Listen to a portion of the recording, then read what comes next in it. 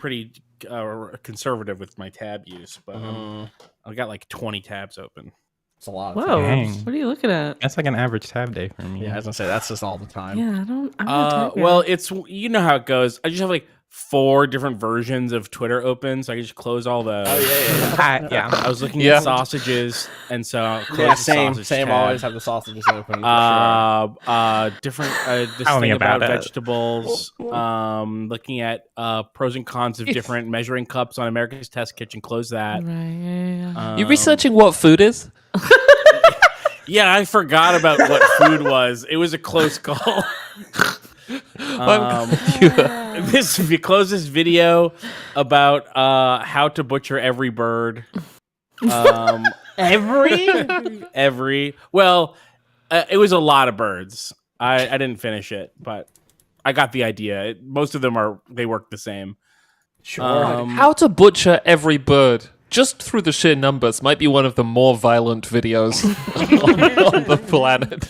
I will also. I'll say this is not a start to finish. This is a finished bird that you are then deconstructing. Right. Not a bird that you kill, pluck. Okay. Yeah, Gross. drain. I'm really enjoying the language here. Very Yeah. it's very family friendly. Yeah.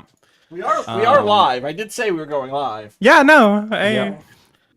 We're This- sticking to that this- G rating we talked about on the first recording. This terrible viral video that Janine sent. I'm closing that. Oh boy, She sent me. I have so many more of the. You understand? Is it what the I one in mean. Gamer Nation? I have now seen so many more from that person who is the like right hand of a now completely fallen YouTuber whose art. Which one? Oh. So yes, it's the one that Janine posted in. Well, was it in Gamer Okay. Nation or was it in? Yes, Using Gamer it was. Nation. Oh, Okay, no, I'm gonna so watch this for the sorry. first time while you guys discuss This is it. I believe this is a different person. This is now a different person who I thought Janine was linking you to, who was. I don't know this guy. This guy I don't know. I don't think. Is that coming? Okay, no, that is coming. No, that was me. That I was hit- coming out of my speaker. Oh Okay, no! I I was hit play for a very second. worried. Also, oh my god, why are there ads? I don't want. Oh. I'm just checking to see if this is the person I think it is, or if it's a different person. Okay, this is a different person. I don't know who this person is. Janine sent me a bunch of a different person who was J Station's number 2 guy. Okay, she also linked, yes, Jay Hills, who was one of the people she linked.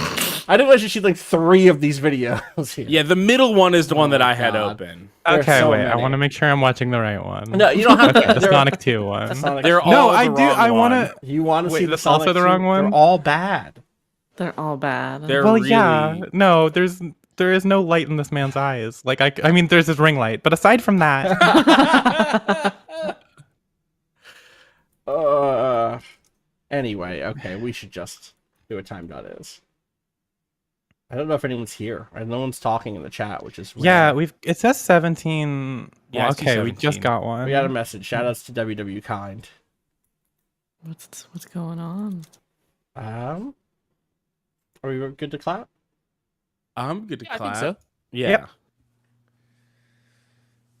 You know Do we have what? time? You know what? I Yeah. gotta tell you, Yeah. best time dot is quote I've ever seen. It's a good quote. It's a really good quote. It's a banger. If I had my life to live over again, I would have made a rule to read some poetry and listen to some music at least once every week. Charles Darwin. Sure. Boom. Yeah. Every week, Every Charles. Every At Once a least week? once every week. I mean, wait. Let's be clear. It was way harder to hear music back then. Yeah. that To is listen fair. to And it was, music. but you know, it was also hard to cook up and eat a bunch of different kinds of turtles, and he did that just fine. Yeah. So- I really thought you were going to say birds. I thought you were going to go, yeah. well, all of them. He did all of them. Everything in his book he ate. Yeah, right? well, yeah, uh-huh. Yeah. Top to toe. Landed on the island, invented evolution, and just started eating creatures left and right. Yeah. And imagine if he had an iPod. The interesting thing about My new series coming to Hulu. Yeah, uh-huh. Do you see a big podcast person, Sylvie?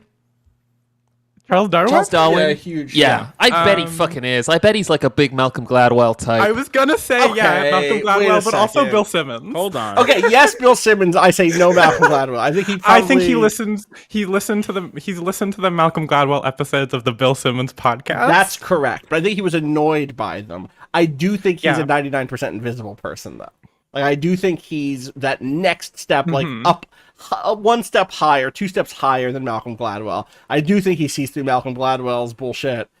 He was an actual scientist. Unlike Malcolm I think Gladwell. Charles Darwin would have a podcast. Yes, Kind of that's Can I- actually true. He'd be a... Can I real quick get a summary of who is Bill Simmons?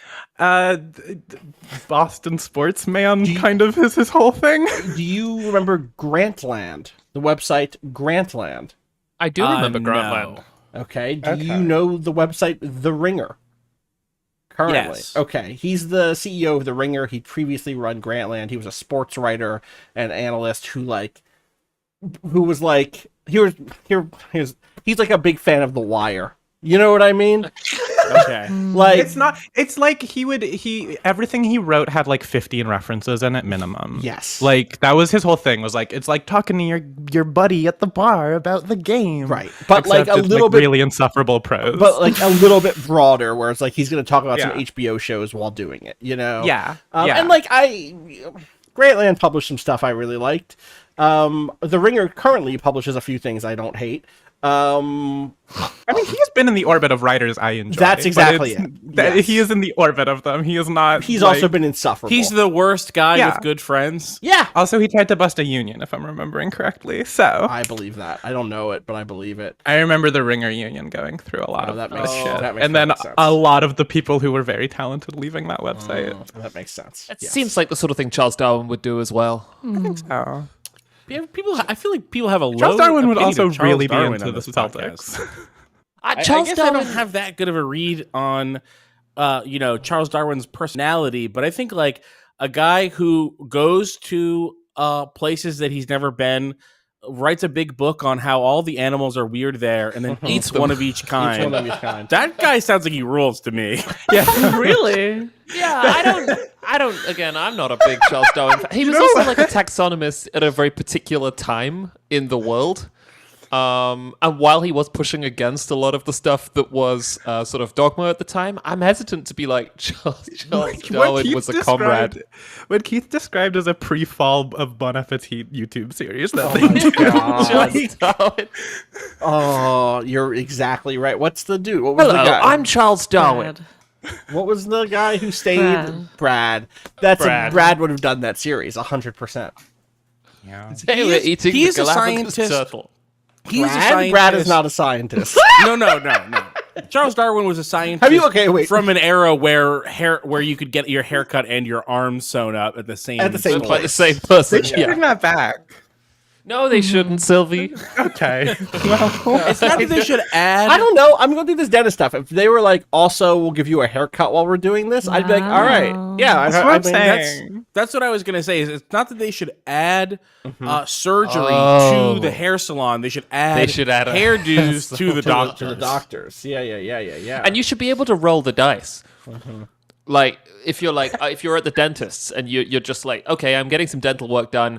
Just give me what you got Yeah, today. fuck me up, fam. And Yeah. then after, because there's no mirror, and then afterwards you look in it and you're like, all my teeth have been fixed, and now I've got this weird hair. That'd be great. Yeah. I take it back. I don't know. It'd be a lot harder for me to tell who's gay and who isn't. That's true.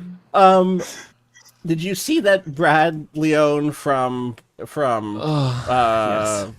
Bon Appetit, who stayed there despite all that shit, has since had to retract a number of videos? Like a number of Yeah, videos. me and Keith had like a long I have- conversation about this. Yes, we've had a conversation about this, and my first impression, Allie has this documented. I made her write it down. Wow. My first impression was like, that sounds just like him. What a dummy. Yeah. And then the more I heard about it, the more I was like, I think that this is kind of overblown. Keith, this is the most Keith Carberry thing I've ever heard. But I sort of agree with Keith. Okay. I think Keith is like a 60-40 on Brad's side, and I'm like a 40-60 on I Brad's see. side. Okay. Yeah. Because if you looked at the people who were like making a big spill about this, it was like a lot of people who were like running specific Twitters and Instagram accounts to be like, well, this is what Brad did today. And being like, he's deleting Instagram comments. He's a Yeah, he's that a stuff sucks. vile They're always person. behaving. Like, That's the way it is. yeah. What it seemed to me was that there was one fish thing that he did that like was pretty much agreed by professional That it was fermenters that you unsafe. don't do fish like that anymore.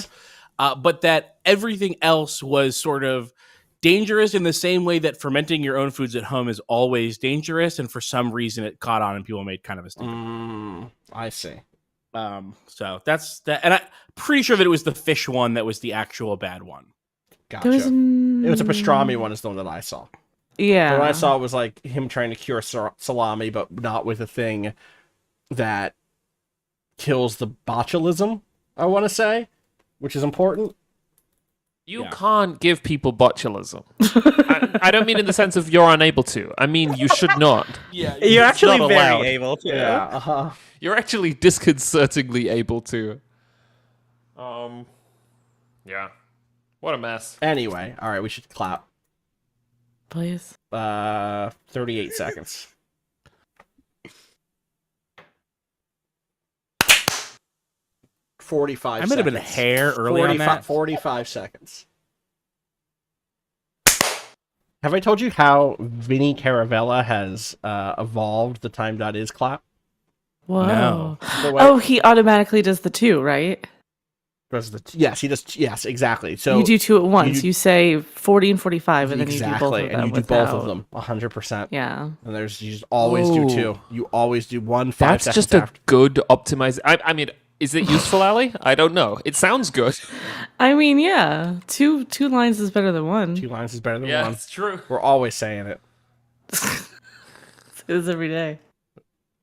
Welcome to Friends at the Table, an actual play podcast focused on critical world building, smart characterization, and fun interaction between good friends. I'm your host, Austin Walker. Joining me today, Ali Akampora. Hi. You can find me over at Ali_West on Twitter, and you can find the show over at Friends_Table. Sylvi Claire. Hey, I'm Sylvie. You can find me on my other show, Emoji Drum 2.0, if you search that in any podcatcher that you have. I gotta work on this. It's a lot less. It's less reflex now that I don't have the Twitter. Oh, that's true. You just need to come up with something that's not Twitter that goes in the same spot. Like, Say how you're This is feeling how today. we get me linking my PayPal. I was going to say, what's your Venmo? Like, it Yeah. was. PayPal.me/SylvieBullet if you want to give me money. It'll happen. I would bet you money. Good. Yeah. Pay Sylvie. Keith Austin will Carberry. match. Oh, sorry. I will not. I know how much people would pay Sylvie. My pockets ain't that deep. My name is Keith Carberry. You can find me on Twitter at Keith J. Carberry, and you can find the Let's Plays that I do at youtube.com/runbutton. Instead of telling you which video you should watch, just go and subscribe to it. I don't care if you ever watch a video this time. Wow. Wow. You don't care. I mean, is this reverse psychology? Don't care? Yeah, I don't even care. Just subscribe to it, whatever. We've been stuck at 13,000 forever, and we're at just a hair under 14,000, so Oh, I'm sick of seeing that 13 point whatever. So everyone go subscribe. I just realized that people listening to this now will not have the context of us talking about a $100 tier where people get to hear Sylvie talk for 1 second. And so they'll just think that I'm lying. Or I'd pay like, for it. they'll pay. I think they'll pay for it. We could put it higher than 100, I think. Well, that's the highest. But maybe Patreon. What's the highest Patreon goes? 10,000. Oh, Patreon goes pretty high. I know because we have it you for do Emoji this. Drum that if you pay us Okay. the highest amount, you can be on the show. Has anyone done it yet? Someone should do No, it. no one has given us $10,000 to be I on an think Emoji podcast. Someone should do that. at one point, I mean, Vince sure. Staples ran a GoFundMe to give him $1 million to stop talking, which I thought was really good. That's fantastic. Did it hit? No, No, we all prefer the talking. Jack the Keat Yeah. also here. Hi, I'm Jack. You can find me on Twitter at NotQuiteReal and buy any of the music featured on the show at notquitereal.bandcamp.com. And as always, you can support the show by going to friendsathetable.cash. You can follow us on Twitter at twitter.com/friends_table. The twitter.com part's like you're following on Twitter, so I didn't need to say You have to put part. that in. You have to put every it in time you follow someone. www. That's how you get to the website. Yeah. HTTP. Colon / S. /. Oh yeah. You guys S. aren't gonna have the security up. No, Come I'm on. open for business out here. No other Venmos going in the show. Once it hits, once Sylvie gets the first payment, Yeah. putting him in next week is going to be gauche. You. Oh, this is my am- thing from now on. So. I am legally prohibited by USCIS from gaining money in any way other than is reflected on my immigrant itinerary form. So not only can I not get extra money, please don't send me money. Wow. Send it to It's Sylvie. a rough life. Send it to Wait, Sylvie couldn't they instead. just buy the music from you if they want to do that though? Yeah, that's the way, but that's in my That is- itinerary. Exactly. So do that. Yeah, Yeah. I can't drop my Venmo. Right, but you drop your Bandcamp. $100 for like one album. Yeah, Oh, that'd be Yeah. great. Yeah, that sounds great. All right, we're selling out to you, the fans. Sorry. directly. We're cutting Yeah. out the middleman, and we're going to sell out directly to you, our fans. Today we are continuing our game of Orbital. I was going to say who made Orbital, and then my PDF viewer crashed. It is Jack Harrison Thank you, Jack. at Mousehole Games. Mousehole or Games is Mousehole right. Press. And, mousehole dot, Press, I believe.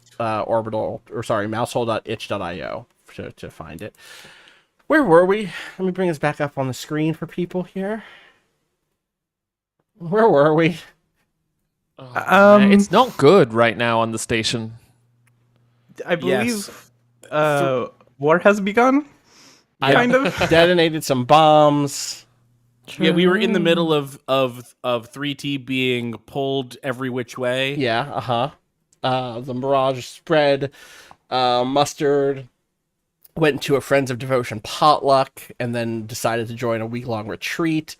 False Fruit went to Paris to get help searching for their missing kid. Qualitative, you promised to help False Fruit with that, despite not being able to, and Devotion offered you some extra strength in this.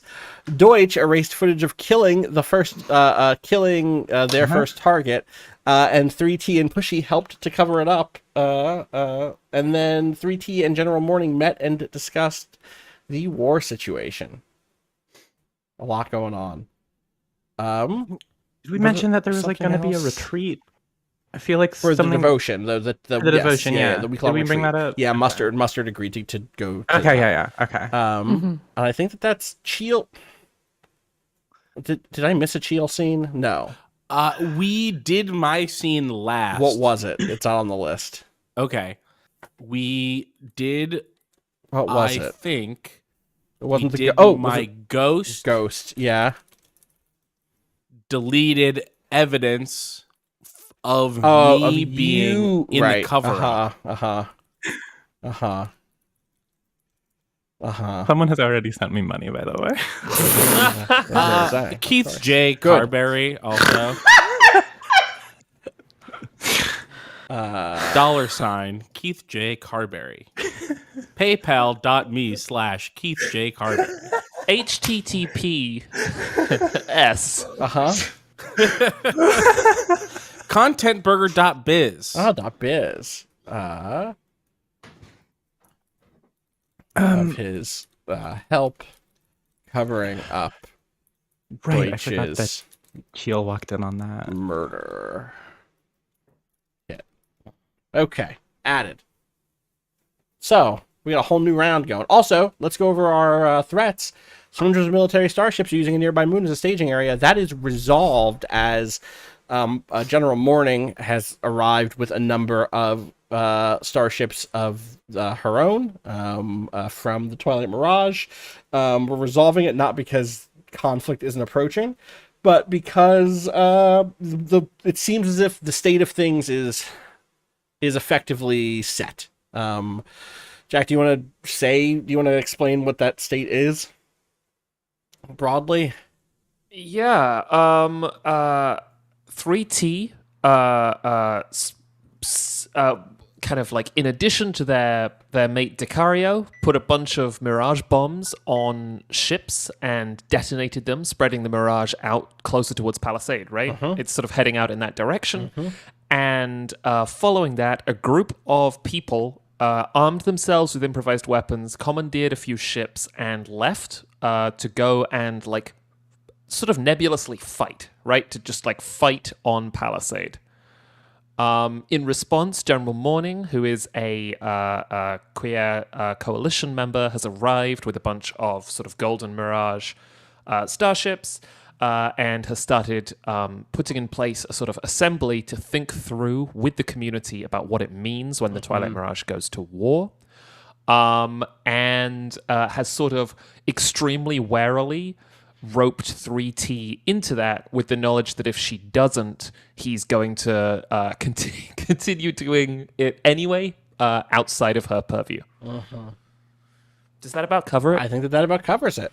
The other two active threats, residents have been disappearing, emerging days later as new members of a strange cult.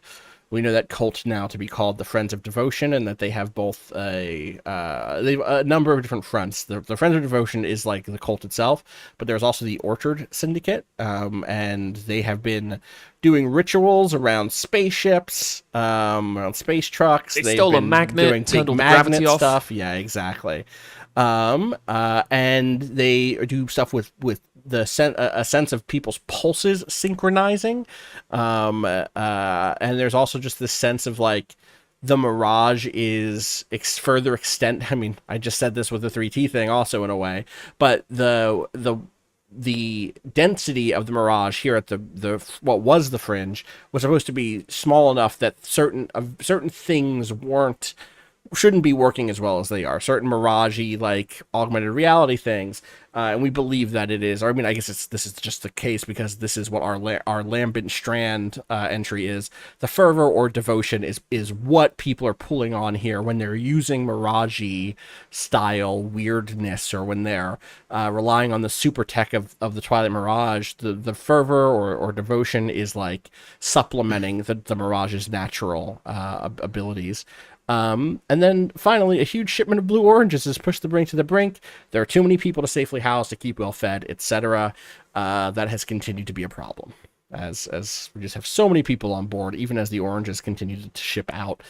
We also still have the big cycle end day coming up, so a lot happening. Something I realized as well is like exacerbating that third one is that the queer troops coming in will also put a strain on the ship. I imagine that they have brought rations, so it's not like they're taking the station's food, but it is just like a bunch more people have showed up. Yeah, I will remind you that I added them to the list of military people we can pull into scenes and stuff. So, is it possible that a group like that coming in would proactively bring extra supplies despite taking up some space? Maybe, but if so, we should knowing that we should that was an issue. We should see that in a scene. We should just decide it. We should actually make it visible, right? Speaking of scenes, we should jump into them. Who wants to kick things off with a major or minor scene, or a read the station? It's been a little while, so obviously gotta shake some rust off here.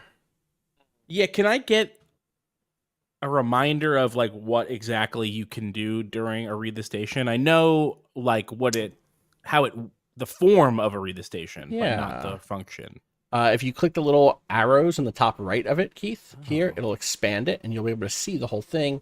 You choose a topic, decide on the topic under discussion. You might talk about a previous scene events, particular station issue, or wider cultural or philosophical points. You can frame your topic as a question, as in, should we accept the deserters as refugees, or a statement, as in, the deserters will bring war upon us. Then, starting on your left, each player takes turns weighing in on the topic. You speak as a class of residents, like the Smugglers, or as an established group, like Red Sun Galactic. Give a sentence describing how that group feels about the issue. The views shared are always opinions and beliefs, not facts. And then in conclusion, once everyone's weighed in, including you, the discussion is over. You don't need to settle upon a unified position. Communities are messy and contain multitudes. So just a way to kind of Okay. pardon the pun or the reference, but get the pulse of the station and see how people are feeling about something, which is useful because it can always, those answers can be prompts for future scenes, right? Yeah. In a way.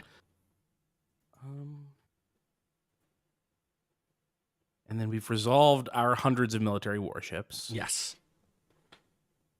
So really, we have devotion. I mean, that doesn't mean we're done having scenes about that stuff necessarily, but it does mean that we should probably start to lean into these second two sets.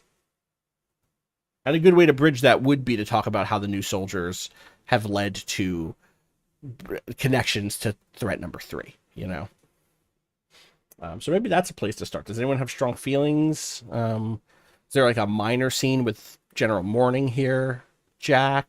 Is there a scene with the Brink proxy interfacing with these arrivals for either Allie or Jack? Because I know both of y'all have Brink proxy connections.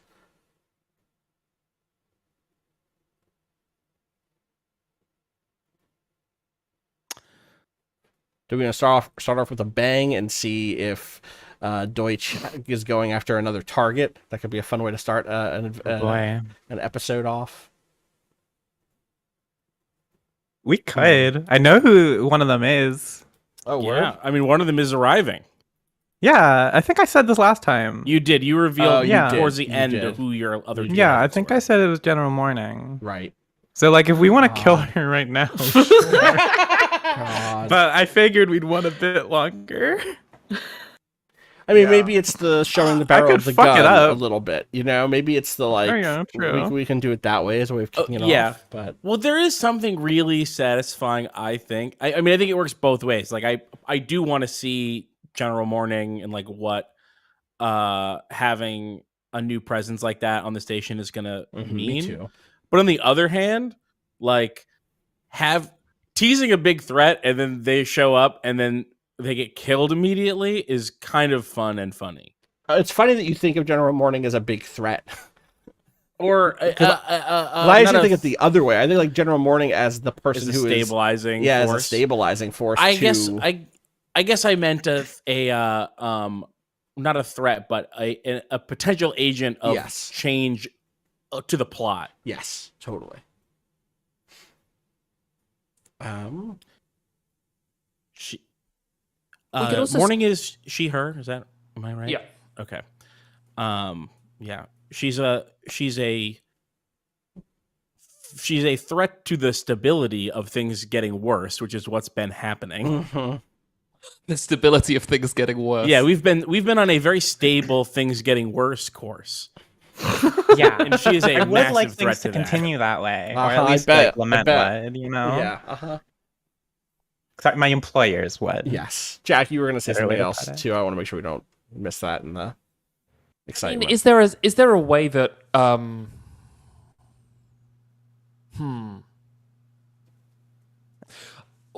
we could have General Morning talking to people about her conviction that there are spies on the station, Yeah. and that if people haven't prepped for that, they're making a mistake. like And that General active Morning, measures I need mean- to be. Is the General Morning like talking to Brink proxy about this? I think it is, yeah. I think so. I mean, it might be Mustard. I don't know how involved Mustard is right now in the falling into a cult Right, sure. type beat.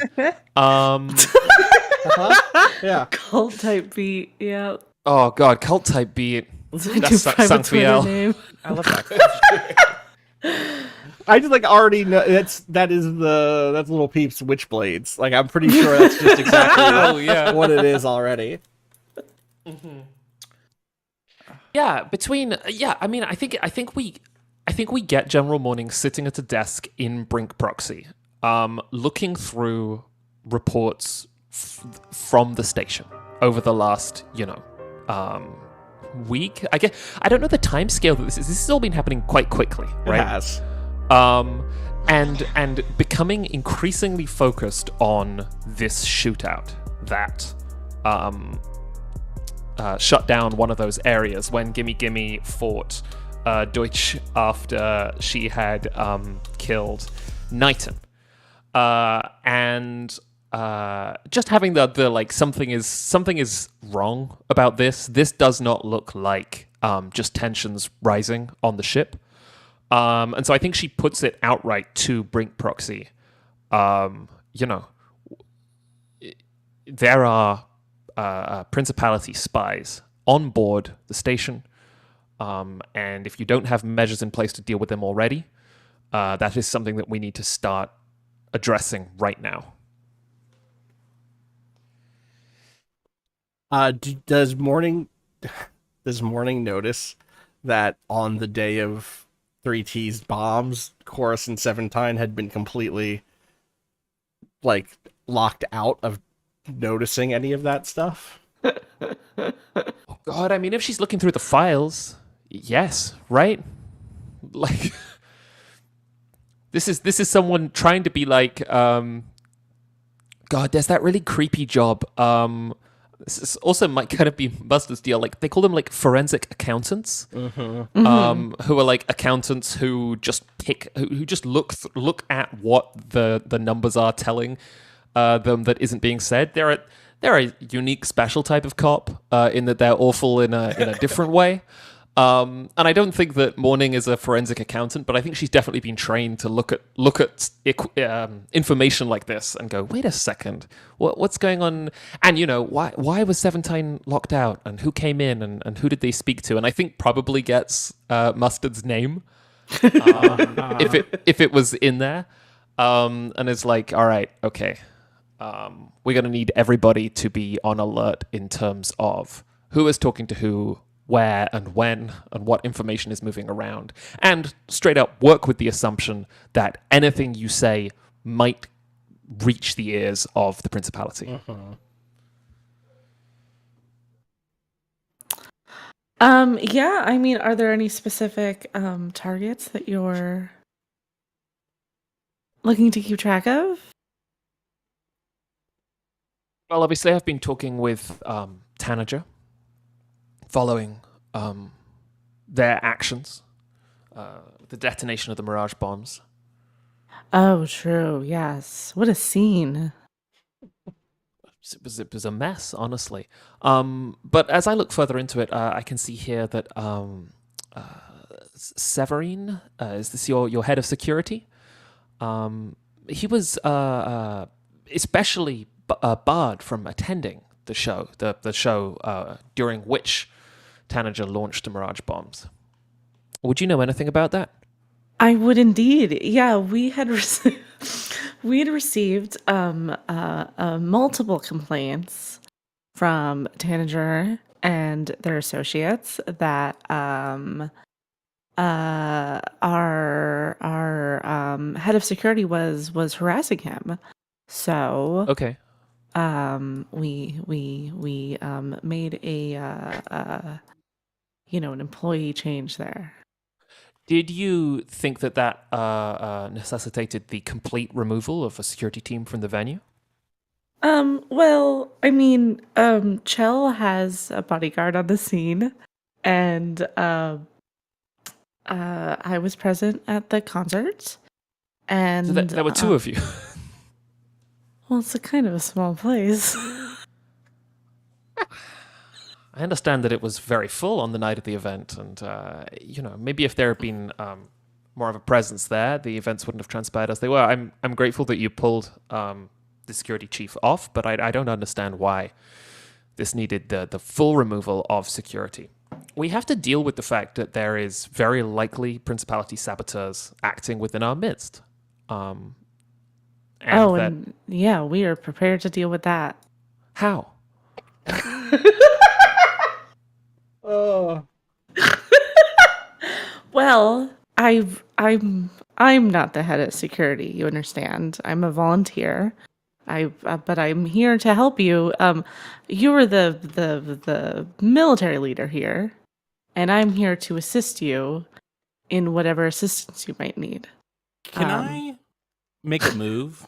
Please. I know it's been very quick, and so I hesitate to say things are too quiet, but that is the only thing that really would fit with right now. But I do really want to offer mustard, something rare or illicit at a ruinously high price. Oh, okay. Yeah. You didn't say. But I don't know if I changed my mind. I want to make a move as the markets. There we 'Cause go. I can do the same You can thing. absolutely do this. Yeah. Oh, you Because mean the someone needs divine the job comma done. Someone arbitrage? needs a job done. This Yep. is much better. And I can almost the exact same move, which is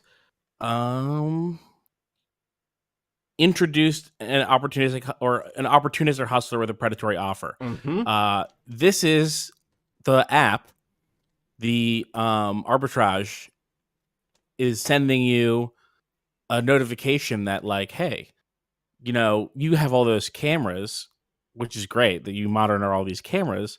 But I have some software that can like Jesus. detect crime. I hate it. I hate it. And so if you give us access to the cameras, we can start alerting people as soon as something is happening. Can I add to this? Can I just add a little part of the sale? Yeah. It's arbitrage has data from the Principality. Like arbitrage the algorithms that all of our app is based on is from the Principality. So we're not using any Twilight Mirage proprietary data. We're specifically tuned to outsiders, to people who aren't from here, because all of the stuff that we learned or that we fed into the machine learning algorithm is from partisan, right? It's from other parts of the Principality and not from. So it's not even like we're feeding it data from your culture, Yeah. It's perfect. You can easily identify someone from a different culture by just letting a computer see how they walk.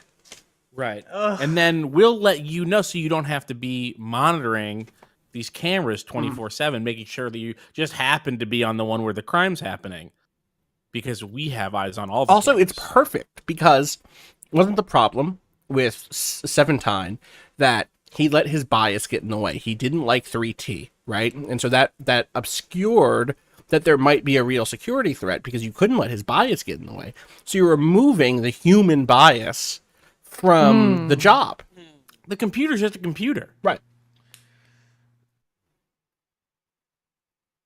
Computers don't hate pop stars. Well, I've been maintaining a system of servers and cameras and information on the denizens of our our fair spaceport. To be honest, I mean, I get that there's been some trouble. We're stretched pretty thin here in the Brink proxy. But I think that there might be an opportunity to use the system that I've set up, along with some algorithms and an external source, that might be able to better analyze the data that we already have. Does this sound like I'm a little concerned by what you're telling me, Mustard. As I understand it, Brink Proxy was set up specifically to hand these things to people capable of talking to other people or making decisions, or people within the community themselves. Anytime we get a computer involved in making these decisions, put it down to an algorithm, things can start getting pretty nasty pretty fast. I'd be very interested to see the system that you have established before we put it into practice.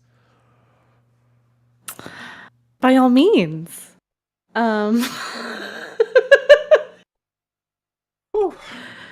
think she sets up her little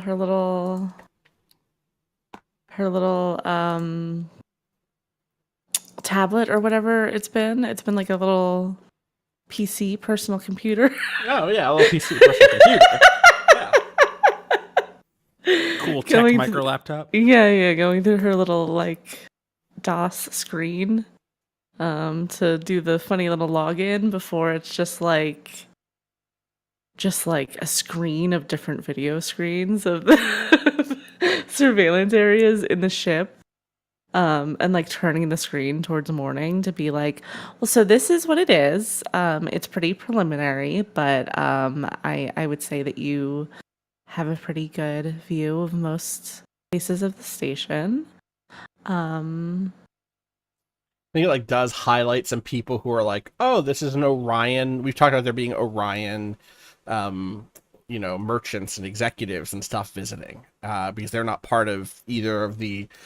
They're parts of still Orion who are happy to be neutral, right? And it probably puts squares around those, and it says like high probability outsider, and it probably puts circles and squares around other people, but it says like medium probability, and you was like, okay, well, it always comes down to a person in the end. A person has to make the call as to whether or not it's accurate. How was this built?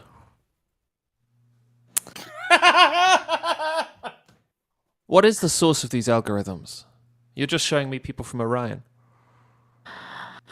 Well, I through the infrastructure that Brink Proxy already had developed, I added some additional security measures and some cameras, and then recently, I would say that I have come in contact with a merchant, a newcomer to the station, who seems really passionate in terms of helping functionality here. And you vetted them, presumably? Oh, of course. Taking on these algorithms without vetting these people? How did you vet them? Because I'm looking for spies, Red. And here's someone who has arrived to the station, passionate to help, and offered you a series of algorithms who, correct me if I'm wrong, their code is not visible to you. Oh, no. So you can't see their code. No, it's very safe. It's invisible. It's very. Oh my Well, God. it's more of a collaboration, I work on what I have. And this source sort of improves it. I vetted them through, a sort of a personal commission, and I was happy with their work. I vetted them by asking them to get me a magazine that kills people. And they did it, so I thought, good enough. Because I got the good shit. Mm-hmm. These are very trying times for our station, and I didn't want to leave any stone unturned. No, I can tell that. What is the name of this merchant? Red? It's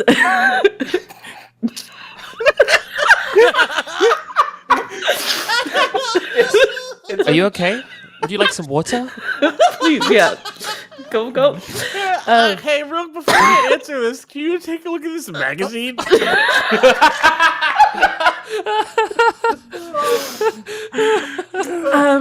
It's such a funny name. Very historical. It's the Divine Comma Arbitrage. Okay, so I'm going to need to confiscate your laptop. I intend to, and she just looks over at the corner of the room where a woman has been sitting, working on her own laptop, and she comes over and picks it up and puts it in a bag. My goal is to make a mirror of this and get it back to you within 48 hours. If I'm not able to do that, I'll get it back to you within 72. And that's something I can guarantee. This is a divine, Red. And very potentially a way for bad actors to begin to make moves within the station if they haven't been making moves already. I'm sorry that I have to take your computer away, but I think that it is the right call here and now. Do you have any, is there any other way that this merchant has been contacting you? Mostly via text. Have you met? No, of course. Okay. Do you know? Okay. All right. Before I go, I've also noticed that there was an event recently where shots were fired in the 13th quadrant. I believe a body was found. You closed everything down quickly and put people in to sweep the area, which I think was really quick thinking. Did you ever get to the bottom of what that was about? Oh, the shooting. I didn't deal with that personally, but I might be able to get you in touch with the Brink proxy associate who was. I was I was in a meeting. Oh, fuck. I was in an assemblage. No, I was in assemblage. No, Very it's important. okay. Okay. Somewhere on the station, a guy untenses. Yeah, I feel like General Morning has realized pretty quickly that they don't say meeting here. I'm sure that she would be fine with calling all this stuff meetings, but she's like, right. These weirdos have decided to call it assemblages. I actually really love Morning also being... I hadn't thought about this, but of course the Choir are not... They don't have a history being pro-divine, and so just like even hearing the word divine is like, okay. They now live with divines. There are divines still inside of the Twilight Mirage from the parts of the divine fleet that stayed behind and didn't become the divine free states, and then They're not the divine- fleet, but critically. they're critically none of the various fleets, right? Twilight Mirage ends with 3 different fleets with different relationships with divines, depending on whether you're the Cadent, the Cadent under, not the Cadent under. What was the Waking Cadent? The Waking Cadent? The Waking Cadent, the NEH fleet, or the divine, what would become the divine Principality. All different relationships with divines, but also just the people who remained and eventually, formed into the Choir or were brought into the Choir coalition. Some of them continue to make and have good relationships with divines, like Arbit, right? But it's interesting to see Morning not just be like, oh well, a divine is a good thing. What it seems like Morning understands is a divine is a powerful thing. Well, and something that Morning absolutely will know is that, and you can correct me if I'm wrong here, Austin, combat divines have presumably been deployed on Palisade by now. Oh, absolutely. Yeah, absolutely. Yes. Like, they just use them as weapons. Also, and- just as like a deep go back to the history of the Choir, Choir came under the influence of independence, the divine independence, which made them tear each other apart, right? And so, like, has a particular, specific, historical relationship with divines that is, maybe not as a category they can't be trusted, but look at the harm they can do, So, anyway. Oof. That felt like a scene. Yeah. Yeah. Who's up?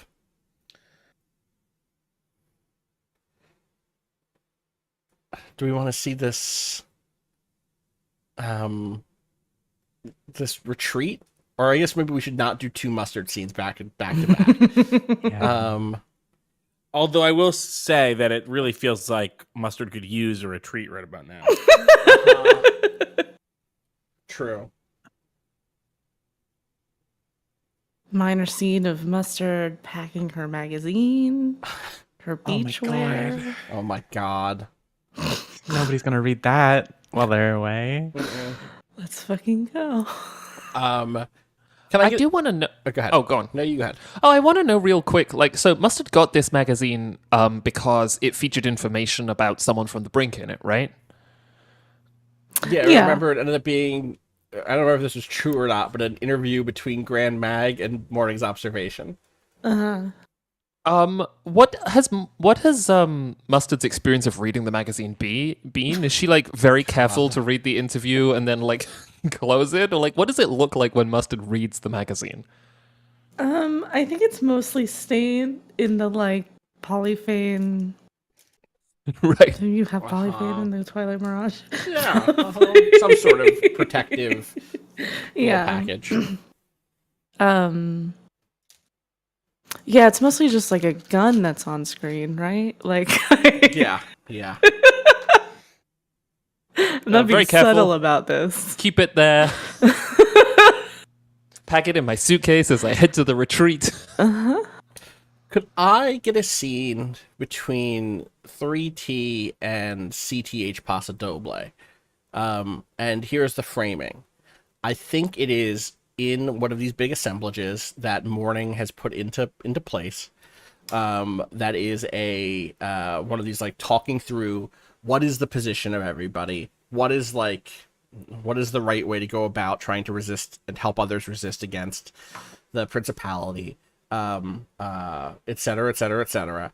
And 3T is like, 3T doesn't like meetings or assemblages. 3T likes concerts and performances and rituals and action. I really thought you were going to say conventions. Like conventions, gotta go to cons. Yeah, and I think the thing that I want is like the meeting, which has just been long and boring, and 3T's like doing his best to like help be a symbol of unity in this moment, and like, yeah, it's very important that we talk things through and that we, listen to but like is like on script and is doing his best but is not having a good time. And I want this to be like, all right, everybody, we're gonna take a 15-minute recess or a 20-minute break to go get some punch. If you need to take a break to go outside and stretch your legs, go do that. I don't know if Pastor W was in the meeting or if Pastor W just happens to be outside. You tell me. But I would love for Pastor W to see 3T in a moment of like boredom and weakness. I think he's at the assemblage. Okay. Making a point to be seen just taking little notes in a notepad and stuff on things, just looking very interested in everything. Sure. Tanager, how's today finding you? CTH, kind of like looking over my shoulder. I'm wearing a suit today, with the nails in my hair, but just like a gray business suit with a thin silver tie. It's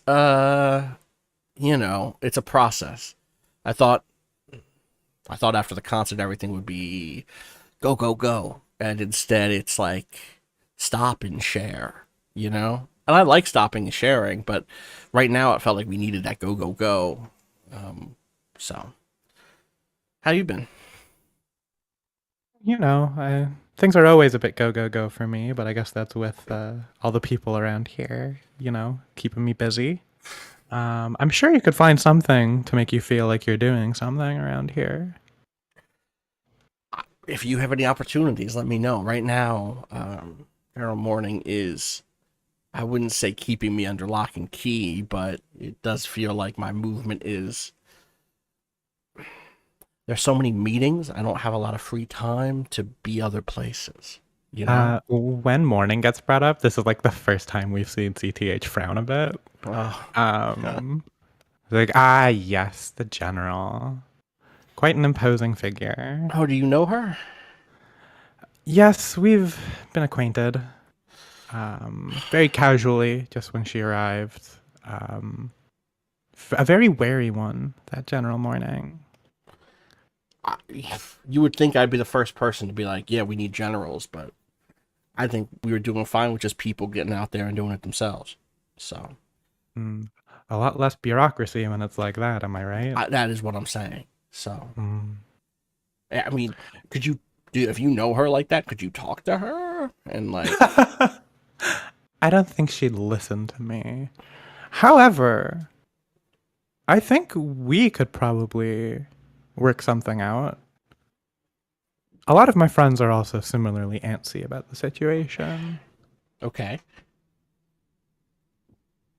Maybe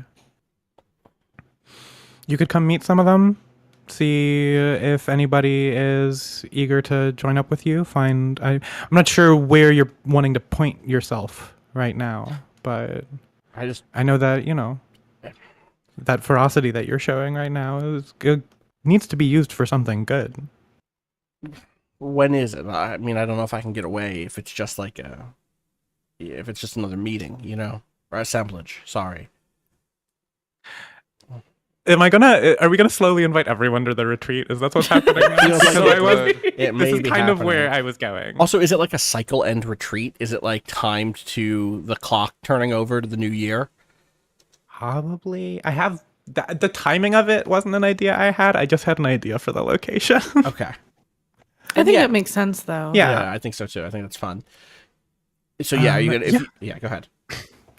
We're having a bit.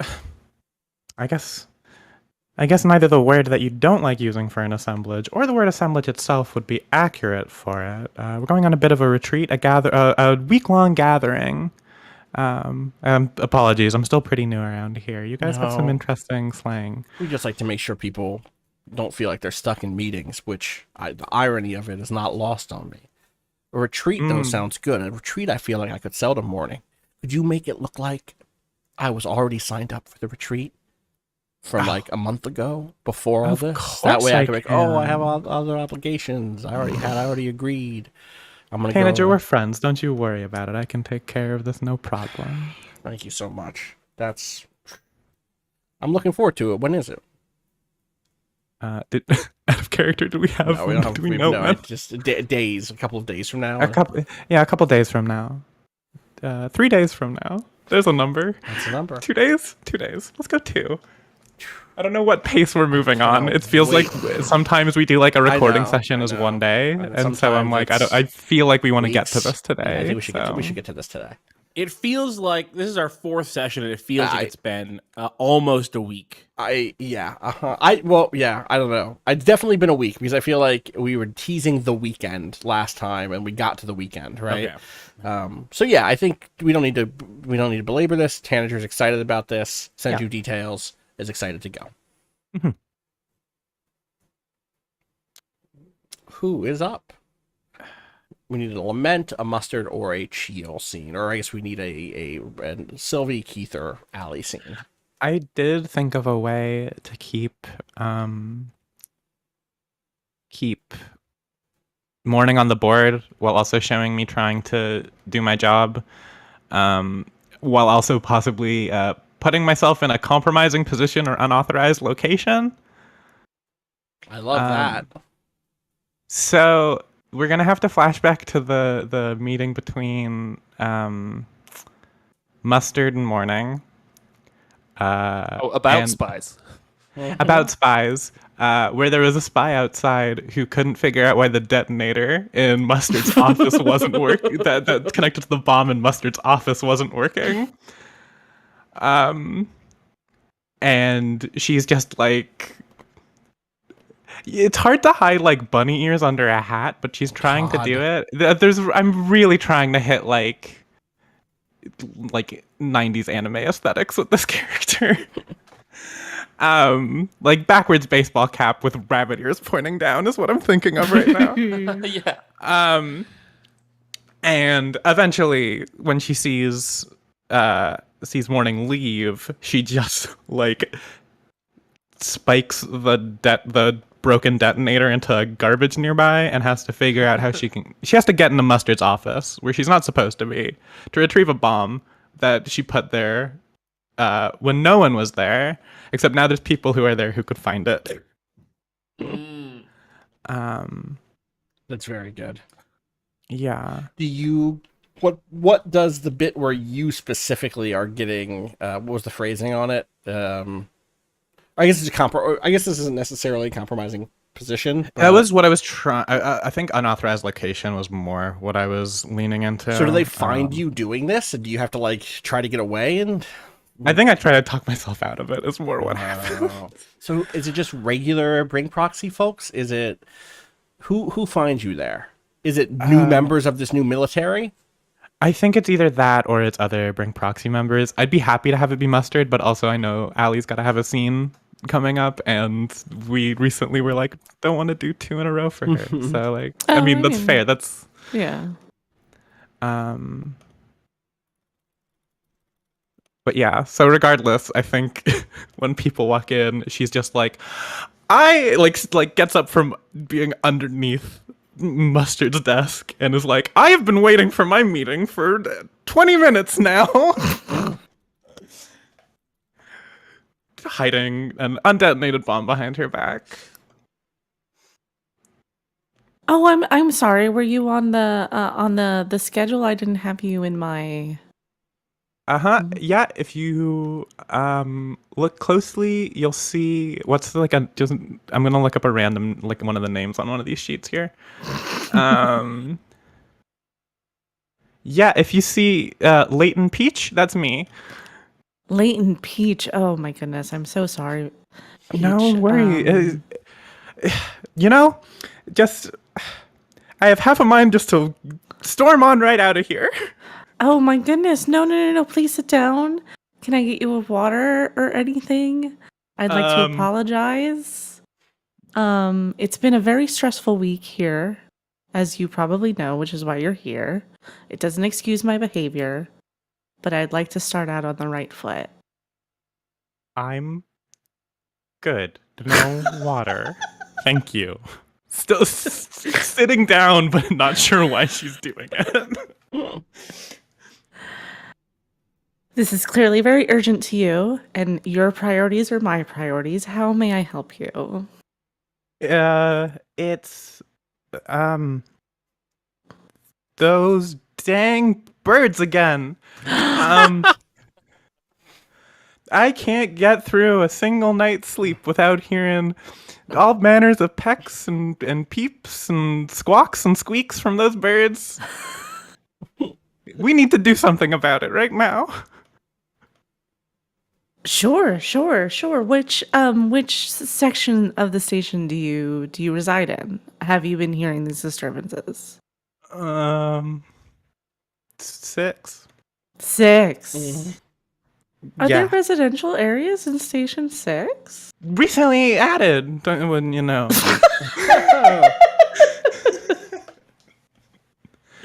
Well, I suppose I've been. That was rude to ask. I apologize. You're Well, on you're on thin ice.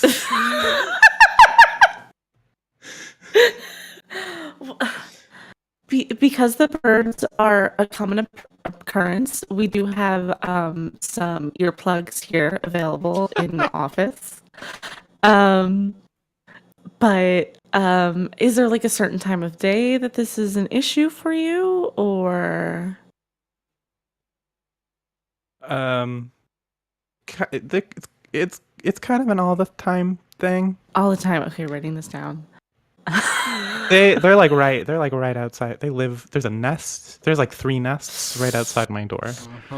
So unfortunately, it isn't Brink proxy policy to remove nests. If they were, course it isn't. if they were independent birds, just hanging out. Sorry. Independent birds just hanging out. Just hanging out. Independent. Free spirited. Flying solo. If it was just perhaps a resting area for them, perhaps we could do some oppositional noise I'd like to Can make a teach them move. scream therapy. Good. Yes, good. I have a move called Trigger an Ominous Countdown. Sure. A voice that from behind Deutsch says 46, 45. If you'll excuse me, I realize I left all of my ovens on. But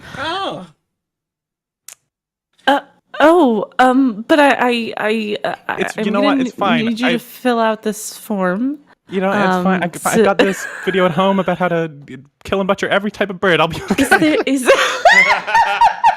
I'm gonna make a move. Are you starting to leave here? Is that Yeah, what you're... getting up and Okay. trying to like back away. From As you're backing away, Without turning. without turning, I'm using the unaffiliated move, bring someone's past to reckoning.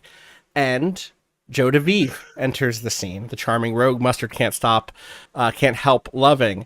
And Joe is like, hey, Mustard, where's your PC? I was going to borrow it to play some checkers. Oh, what are you doing here, Deutsch? And of course, Joe DeVive knows your name because of your relationship with Joy DeVive, the beautiful spacer you told everything to. And you might recall, Joe. Mustard, that this person just told you their name was Leighton. I sure do, yeah. Peach. Peach, Leighton Peach, not Deutsch. Did I say peach? I meant Deutsch. Do you... I just need the computer really quick. I got just a crazy checkers craving. I gotta play some checkers.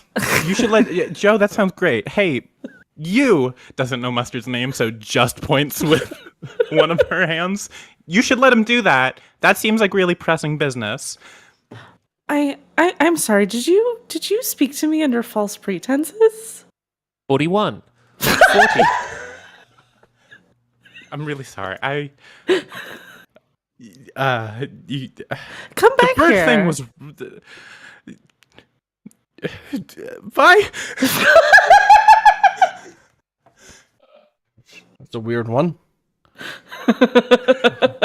Sprinting to find an airlock. To throw the bomb, not to jump. Throw the bomb out of, yeah. Mm-hmm. Everything all right with Deutsch? Well, something with lies and something about birds. I can't even tell anymore. All right, real question. How much did Joy tell Joe? Oh. Because I bet it's not everything. No, but is Is it it as much Yes. as would be suggested by the fact that they have similar names? This feel is like- Joe I and feel like it Joy would be- DeVive. Something like seemingly mind innocuous twins. that would be damning, right? Like, oh, she's from I That's hear exactly she's from this place, right? Like that Exactly. type of thing. Yeah. That's Um, yeah. Well, they do it weird back on Kesh Planet, or Yeah. whatever. I don't know. I was gonna say back on, but I believe the planet called Kesh is also Is- fucked up right now, It's isn't it? It's currently, that war. Kesh itself is currently occupied by the Branched. Yeah, okay, never mind. Good for I them. believe. Yeah. But one of the other ones, map of Partisan, who even knows where it is, or of the Principality. Was it Larafon 4? Is it? That sounds like a place I would have said. Yeah, Lenafon 4. There we go. Yeah, Okay, yeah. Lenafon 4, I hear, is just they do things differently there. That's probably why Joy likes them so much. I don't understand why someone would lie to the Brink proxy. Oh, it's fun. What? It's fun to lie to you sometimes. I'm playing chess. I'm not playing checkers. I shouldn't have lied to you. I know, but it was kind of You're fun to do lying that. Well, I got this image in my mind of you thinking about me going home with your computer and playing checkers on it and thinking, what a weirdo he is playing checkers. I realize playing chess, but I like the image of you thinking about me playing chess, checkers. There we go. Instead. I think that's probably the scene. I don't think we need much more. Are you sure? Yeah. We don't want to do 5 minutes. I mean, I can do 5 minutes on Himbo is trying harder to see himbo-ish, but Sure.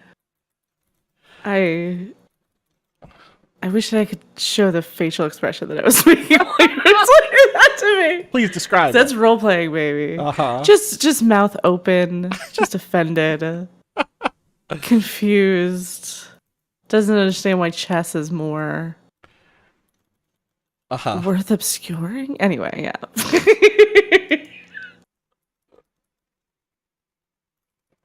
Zamir Keith now? It is. Mm-hmm.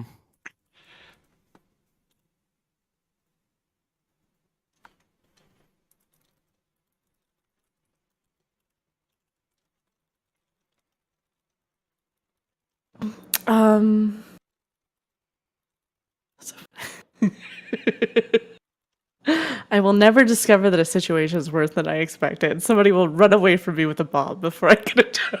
Wait, what is the discover situation is worse than predicted? Yeah. Uh-huh. It's all good. Oh, I'm so kidding. sorry. No, I should have it's so pointed with fine. the bomb.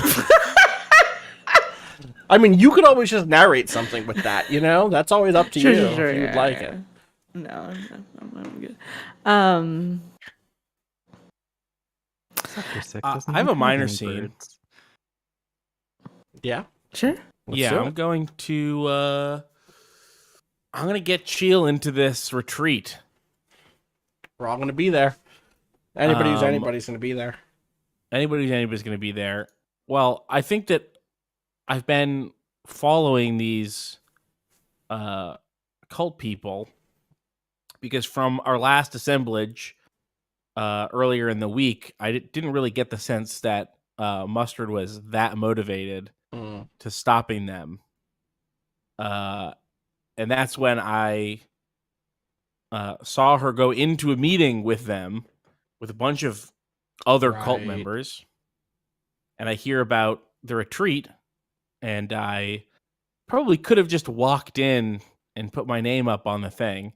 But instead, I surreptitiously sneak in and put my name up on the thing without even reading, maybe even a false name. Ooh. They don't know. Peach. It's the same false name. It's from a book of good false names. What is the event itself that you're attending?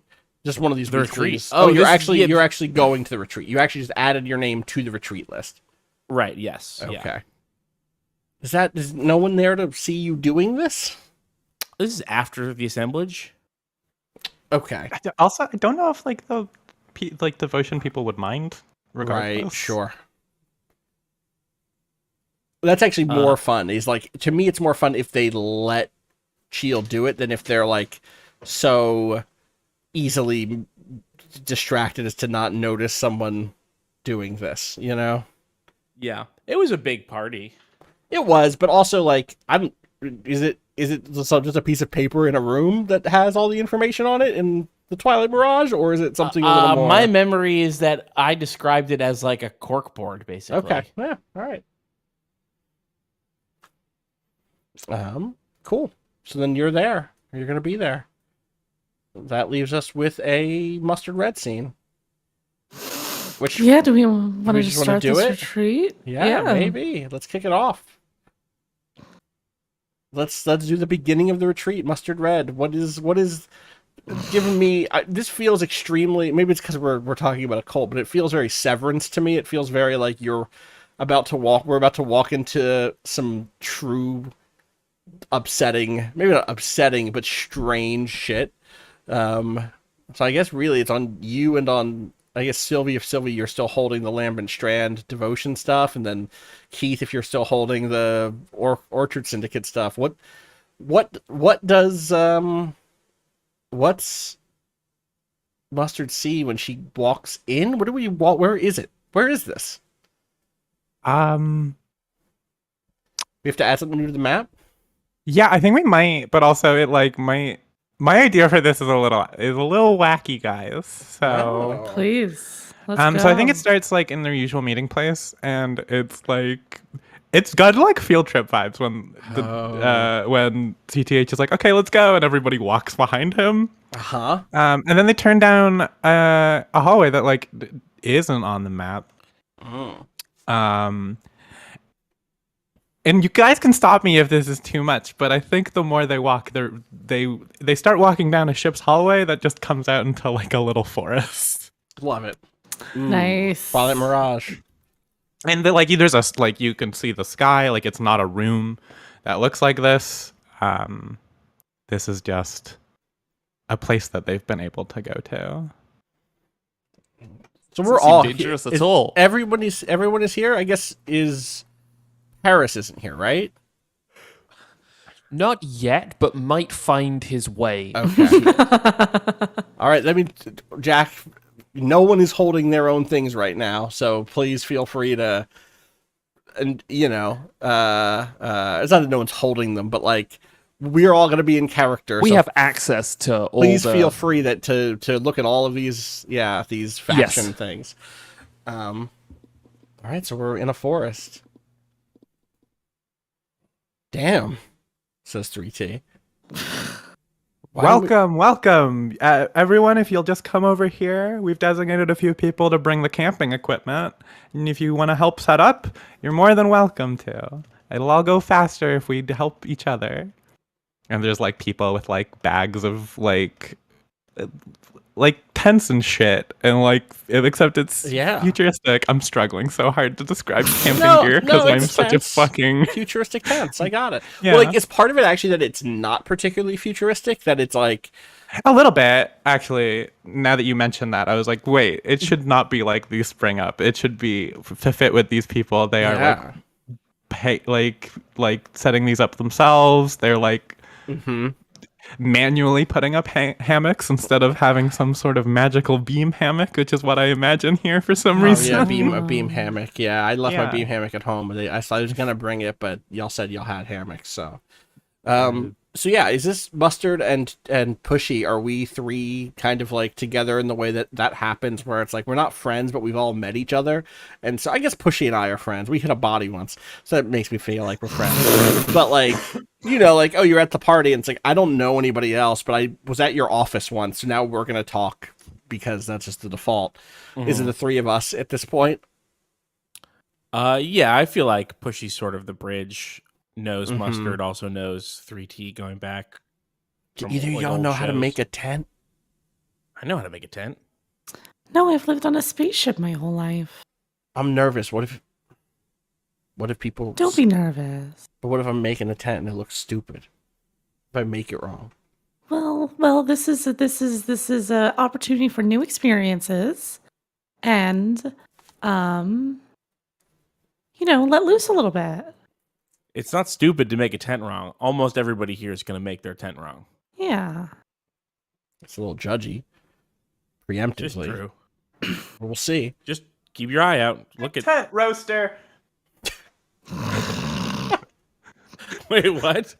Isn't that the guy's name? Roaster? It was a Toaster roaster. Toaster roaster. That guy did a perfect tent, and someone shouted it out. That was what I was doing great. there. Yeah, thank you. Nice. Kenjin This Engine, isn't- the cousin. Right. Uh-huh. Kenjin Engine. This isn't going to be all about appearances this week, 3T. You can, really relax. What do you mean? Well, 3T is an icon, is a role model. Thank you. Yeah, it's... None of us should be relaxing here. What do you? This is the cult. Oh, well, They've sure. been turning people. You're. I thought you were here investigating. You should be encouraging people. 3T, I don't know what you're doing here. What do you mean it's a cult? We're on This a is a retreat. cult. It's a cult? Yeah, they've been like kidnapping people and No brainwashing. one them. has any Well, weird they've been candles? There's nothing people- occult about this. People have We're- been wandering in on their own accord and seeming to find some peace. I don't like it. I'm just here to, receive more information. We're in a secret forest. Well, yeah. On a space station that we've lived on our whole lives or close to it. Well, Isn't that? There's a sky here. Does this not feel like a cult stuff? No, it's not even rainy. It's not a cult at all. you don't know that a forest ship didn't dock here once, and A cult Was- is like I used to do like a cult music with Knife, my ex, and it was like, black wax and blood, and you had candles, and you did music about blood. yeah, we used to do. But I'm trying to be more. I'm trying to be more positive now. You know. The camera pans to the right and we see like 35 people in absolute lockstep checking their pulse out of completely out of nowhere. Everybody They here is just just stop what they're doing. everybody here is just into health and stuff. That's not a cult. Synchronized, they're doing it like a hive mind. I mean, what's my pulse like right now? Well, I just start checking my pulse. I'm curious. That's pretty good. This is extremely upsetting, and I look at Mustard and really embarrassing. Embarrassing. You are supposed to be helping the people on the station from these people. I thought that you were doing a good Well, job what do you think I'm investigating. doing here? It looks like you're getting ready for a retreat. I'm undercover. My pulses. you are? What are your pulses? What are your pulses at? No, I feel normal. I feel fine. You check the pulse. Well, then check your pulse. Check it. I don't need to check my Check pulse. it. I feel Well, because fine. I've gone my whole life without checking my pulse, and I'm fine. And I won't check my pulse now just because a bunch of weirdos are checking their pulse. Keep your voice down. Stop yelling. It's a We're retreat. trying I don't know how to Under check his cover. pulse. Oh my god, that guy Hey. doesn't know how to check his pulse. Hey, we need help with the pulse over here. Oh, I'll be right over. And it's My pulse is Paso Doble, fine. who obviously volunteers. Wait, who was it? Paso Doble, Oh, of obviously, course. is the one who comes over. CTH. Can we introduce you real quick? I'm sorry. No, I'm fine. I'm going to put up my tent. It's very important. No. Shelter. CTH, real quick. This is maybe you've been to Pushies. I don't know how much. I don't know if you made it to the show or whatever. But I was at the okay, show. well, this is Pushy. This is a Excited, by Pushy the from way. Pushies. Thank you. And It's a then pleasure to meet you, Pushy. Yeah. He's holding his hand out to shake it. I nod like in a sort of friendly way, but I don't Pushy. touch. I don't shake his hand. Right. Okay. Well, I'm glad to see you could make it. And you too, Mustard. Welcome. oh, you know Mustard already. Mustard helped me with that thing with the 7 time, the security guy who's being really rude. Oh, I apologize again for his rudeness. I really appreciate it. It turned out okay. Obviously, we got the concert, and you saw like there were no fights at the concert. No one got hurt at the concert. No one got hurt at the concert. Let me say that the right way, without the emphasis I put there on the strange bit. I don't understand how pronunciation would really change the message of that sentence, You're but right. sure, do whatever makes you feel comfortable.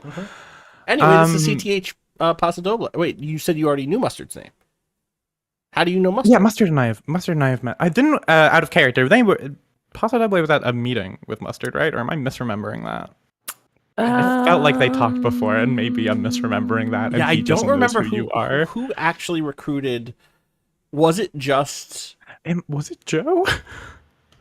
Sorry, No, wait. What is the question? who brought Mustard in? Was it just Toaster the- Roaster in them? No, it was. I think yes, it was Toaster Roaster told Mustard about the thing on a business card, or gave information on a business card. And Who like was a- there at the event? Who was the one who talked Mustard into being here now? I think it was the Didn't cousin know. who was worried about it. so it was Kenshin. I think it was It was self-motivated. Kenshin, yeah. I don't think it was anybody. So Okay. yeah, let's just say then that I am introducing you to Mustard, then CTH. Yeah. And this is Mustard, who helped me with the thing that was what I just said before. Mustard's at Brink Proxy, so very like yes. like a professional people person. Yeah, the Brink proxy. Their reputation precedes you. Oh, thank you. Yeah, we try to do our best to help. How long have you been in cults? In cults? Friends at the table, baby. Just a simple question for you today, my friend. How long Have you been in cults? How long have you been in cults?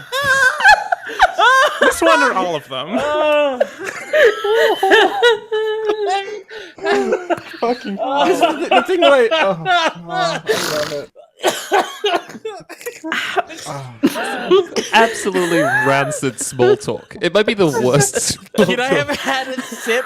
Can I have been drinking something Yes. so that Cheel can spit it out into the cup? Say that in real life. How long have you been involved with the friends? Oh gosh, I think I joined up about 3 years ago now. Oh, do you know anything about the origins of the organization? Of course. Fascinating. I'd love to pick your brain about it. Wait, what was that? PTH. Yeah. You just hear a voice in your blood, like in the blood moving in your ears. Oh, sure. And the voice says, "Tell them how much you love." Oh my god. How would he say this?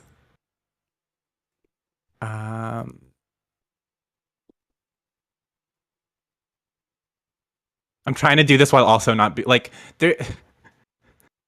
We at Friends of the Table reinvent Catholicism and Christianity very frequently.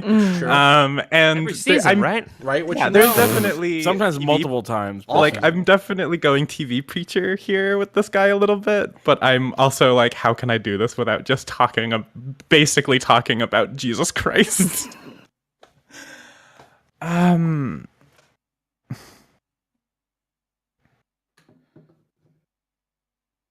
Nope, that's too. Follow your gut. Like, don't worry about getting Yeah, caught up okay. in stuff. So We'll shake out in the long run. You know, follow your instinct, and then we can always tune. You know. yeah, I think he goes like, yeah, I joined. I became a friend of the what's the now I'm like, what's the adjective word for fervor? Because I was gonna put that. I became a fervent friend about 3 years ago when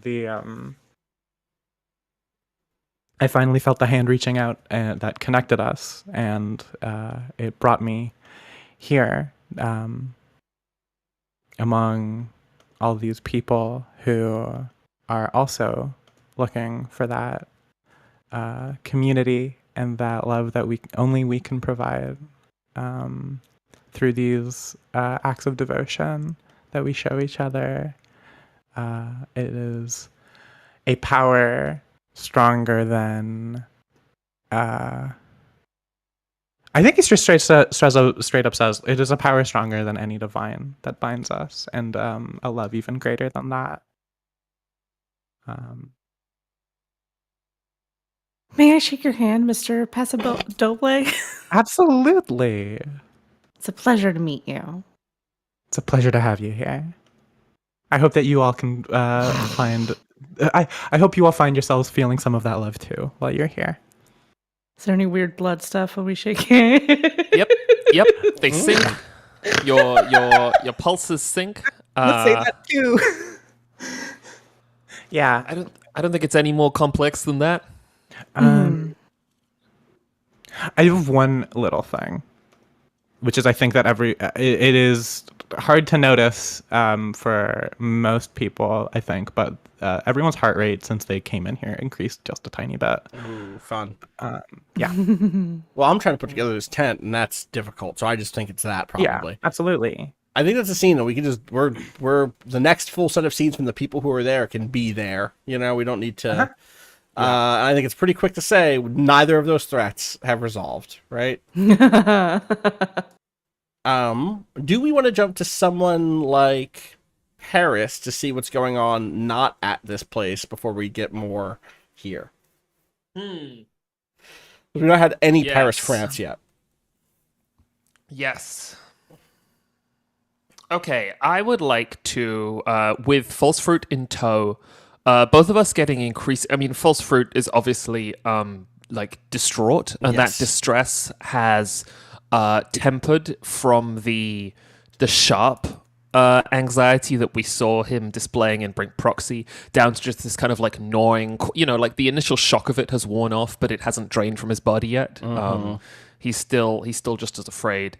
And it's making, and they don't like each other very much either, but it's making both of them sort of tetchy and uncomfortable, and even though they're sort of pointing themselves in the right direction. I would like to, with False Fruit, I have an idea, which is that if we can, Paris has an idea. I tell you what, I'll just put it to False Fruit and we can go from there. Okay, I know that we couldn't track the ship and we don't know where it is, but given all of this, you know, gestures out of the window at the thickness of the Mirage, I figured that maybe if we can get up to the radio station, which is called Blue. God, what is a good Twilight Mirage radio station name? Blue is definitely the right way to start it. It's gonna be like Blue Monday, but that's sad. That's a sad name for a radio station. This is like the Brink's Delilah is on this radio station. Right. It's like 69.7 BRNK or something. It has a Blue Monday vibe, though. Oh, that's It does. true. It totally does, especially if you go back to that era of the Damani and Morning's Observation and right. that whole moment in time. Gloaming. If we get up why am I there- blanking? 1 second. I have to get what's her name? Gray Gray Gloaming. Yes, thank you. Whew. and her dad Keen. I had Keen Forrester ready to go because that's a voice I did a lot of at the end of that season. So yeah, Blue Monday. Keen Forrester Gloaming was great. And Blue Monday is at the very top of the sort of the. We've talked about this being like a I've almost like a literally spinning done this top. here. I've put it It's above the diner. right at the very top. Yeah, exactly. And it is a beloved radio station. If we get up there, we might be able to I don't know, boost the signal somehow. Maybe turn some receivers in the right way. See if we could get a message out to the ship. Yeah. I got its. Yeah, I got let's its just call go. sign. Okay. You don't need to give me an essay. No, I know. Okay.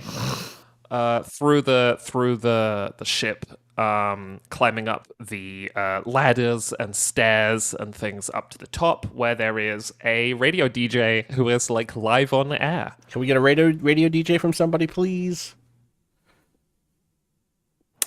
Hello. Welcome to the Blue Monday. Here for your evening vibe.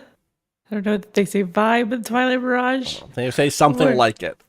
We're taking your requests and stay safe out there, folks. What's coming up? I have to know what's coming up next. Coming up next, we have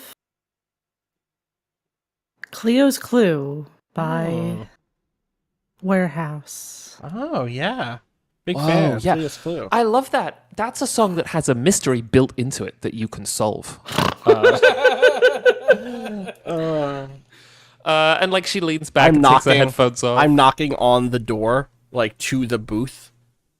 Yeah, Paris waves and points at the door to be open the door. I'm live. Shrugging, open the door.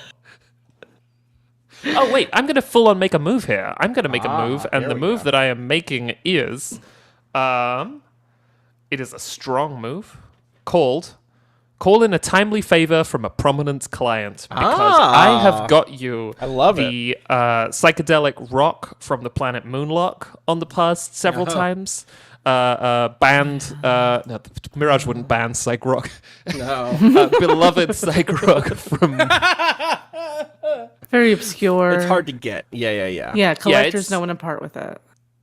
Yeah, it's Moonlock is constantly in an eclipse or something, right, Austin? Or it's dark all the time there. There was the Umbra on Moonlock that turned out to be Schism, if you recall.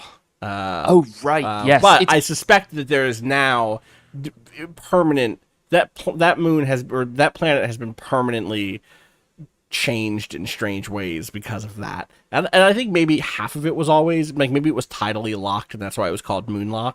It's been a long time since I thought about Moonlock.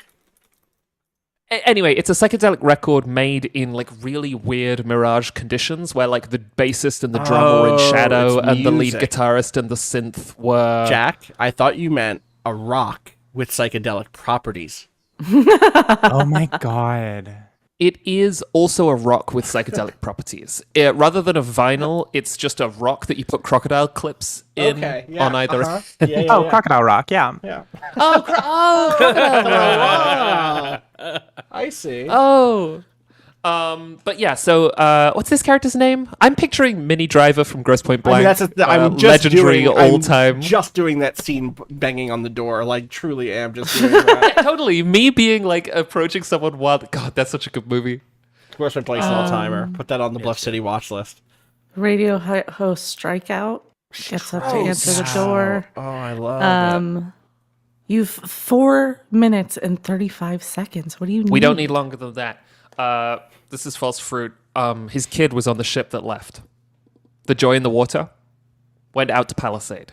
You recall it? Yeah, right. And how old is he? 7. False fruit? He's 7.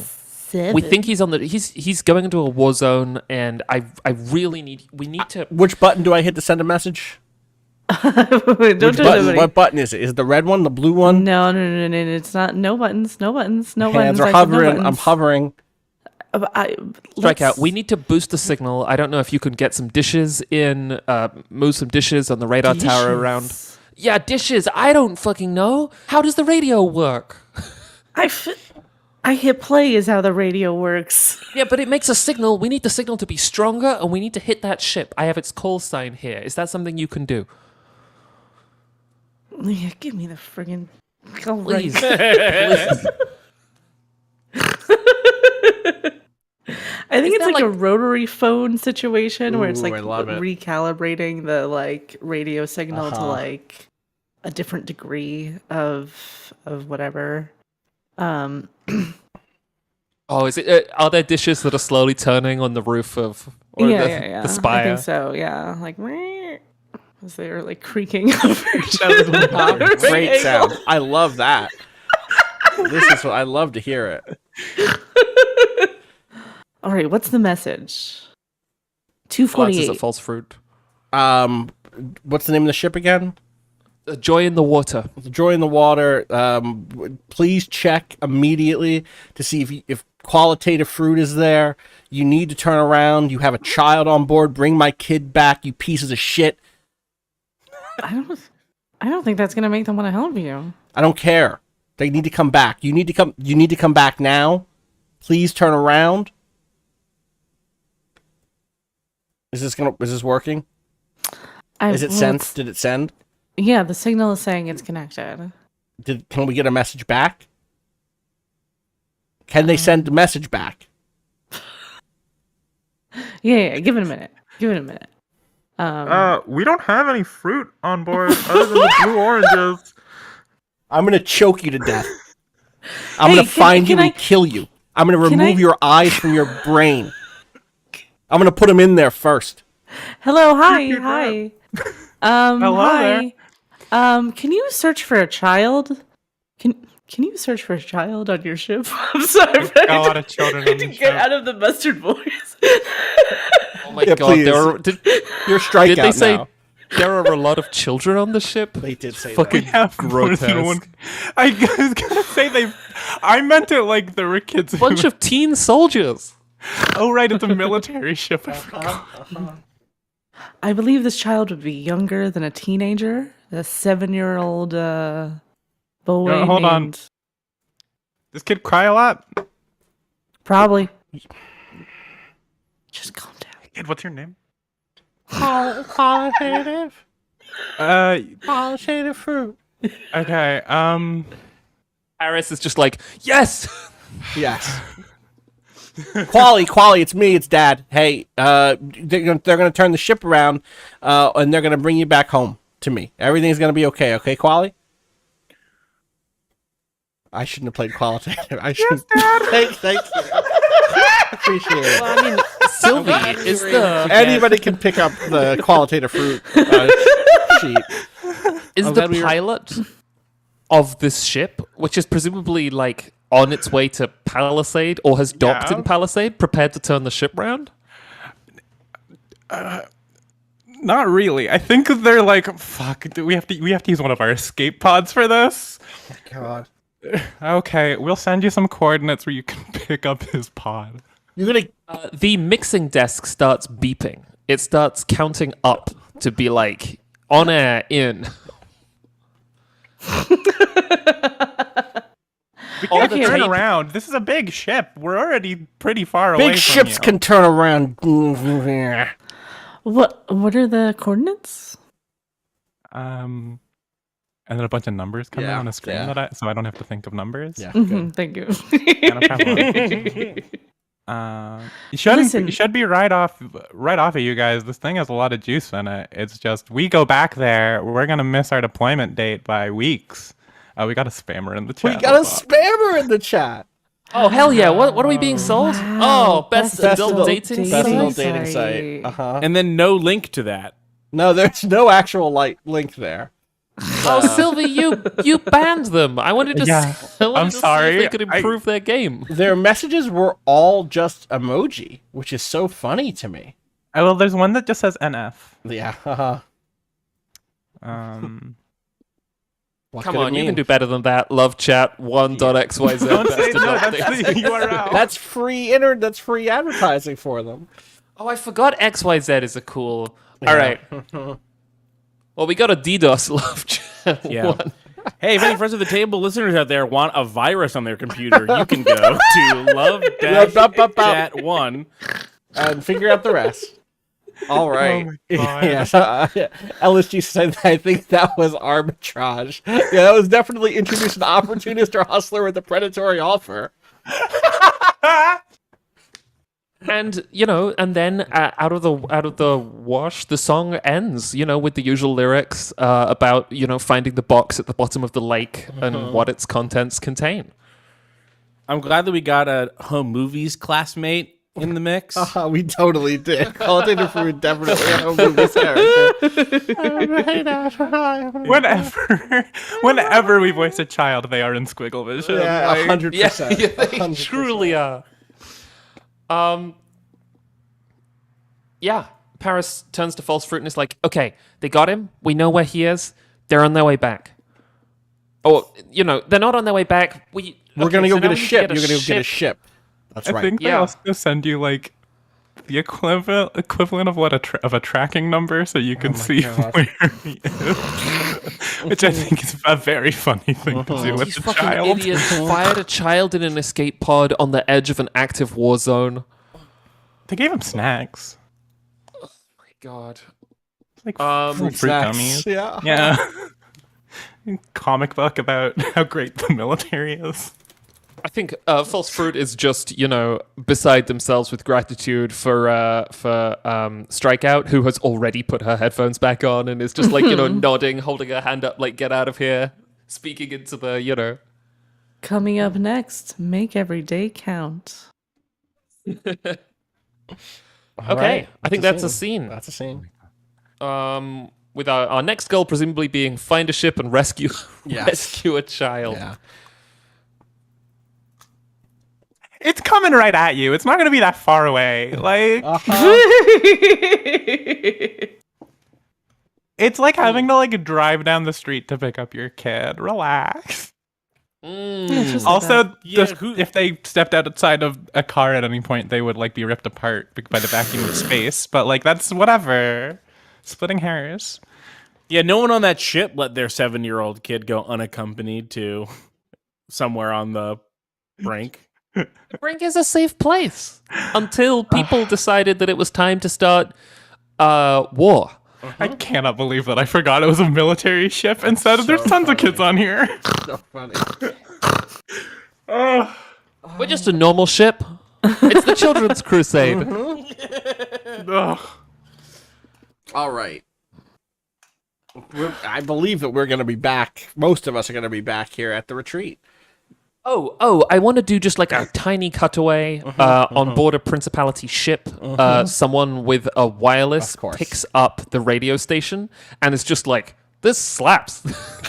It's kind of like the God, there's a whole bit in the Kingdom game in Counterweight about people on ships picking up each other's radio signals. yeah. And this is now the inverse of that, of someone far away on like a grey Principality ship hearing like experimental music coming from somewhere inside this big colorful cloud that they can see. Yeah, for sure.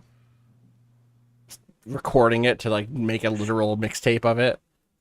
This warship now just is listening to this radio station Uh-huh. too. They've Yeah. got the frequency. Yeah, why not? Yeah. All right. Who has a strong idea from the remaining characters? I have one if we are no longer attached to General Morning. Up in the air. I figured Not my character. I did figure out what Lament was going to do, but if we want to string that along till the end of the retreat, I can do that. But it does require the cult being a different place. I see. Sorry. The friends. The friends being in a different place. The friends. Yeah, let me I think there's a direct discussion here, which is that like I know Jack, you wanted to make sure that Morning could voice some stuff regarding the Twilight Mirage and war and stuff. Maybe before she was off screen. But I don't know if that's something we necessarily need. I don't know if you feel like we got enough of that last episode, or if having thought about it some more, you want to do more, or if there's another character you feel like you could do that through, or what. And there's also the larger thing, which is that, like, it feels a little bit like Morning as a character you might be interested in seeing in the season in some capacity. I think I would be lying if I said that I would be sad to see Morning go. Less because of an attachment to that character, but I think it would say something very interesting if there was a complete vacuum of her way of thinking about this in the game. But I think we would be doing a disservice to the way we talk about the Twilight Mirage not to have a character like that in the game and those sorts of things. Because, you know, player characters or characters or active characters are always the ones who are most able to drive a story in terms of the verbs that are available to them. And while I think it would be very easy for us to say, oh yeah, the utopianists in the Mirage have done thinking about how war works and how that all happens, but that character's off screen. I think what that would kind of mean necessarily is that the views that would get primacy would be from the Hawks. Yes, or that would be in from fact the Hawks. Is literally what would happen would be with. I'm gonna sneeze. What? Yes, I am. Okay. Bless you. Thank you. It's easy to imagine with Morning out of the picture. I mean, who knows? It could go any direction. But with Morning out of the picture, chaos follows, right? And a different tact is probably taken. I'm mostly interested in. I mean, there's two things. One is other characters in the Mirage can have Morning's perspective, right? Part of what we know about the Mirage is it understands that you don't just like make one person. You don't make a guy. You're right. You don't make a guy. That's not how you solve a problem. Problems aren't solved by individual people. They're solved by processes and culture and, you know, building a society that functions and checks itself and improves and etc. So we could always I actually have a solve second problems person. by myself. Oh, right. Gig Kephart, big, single, just believes only Gig Kephart can solve problems. You get what I'm saying. So I do think that we could lose Morning, but keep a character in the long run in Palisade who has that perspective. I think the question ends up being, do we want to tell the story that is like, and then the Twilight Mirage maybe jumped into things quickly because Morning's absence, or do we want to tell the story that is, and Twilight Mirage, to the degree that they got involved in the war, did so with certain precautions in place right away, you know? I did have an idea that would keep Morning from like out and out dying while trying to still achieve Lament's goal. It wouldn't be like attacking Morning and leaving them alive. It would be killing someone else. Gotcha. But it as a way of still trying to antagonize sort of like different forces that are on the brink and Palisade as a whole. I can just lay out like what my idea was if we want. Yeah, let's talk through it. Yeah, let's. You Yeah, don't, let's do it. you know me. I am not someone who is like, and we all have to always be Have to fully hold in the character. card. We have Yeah, to, right? okay, Exactly. cool. Let's just be out. Yeah. So, someone's gonna die in the Friends meeting area, the Friends of the Devotion meeting area, while they're away. I was gonna just do Morning and be like, oh, the cultist killed Morning. Oh my gosh. But I can do it with her system that has the PC, and Lament can steal that shit too. That's very fun. Yeah.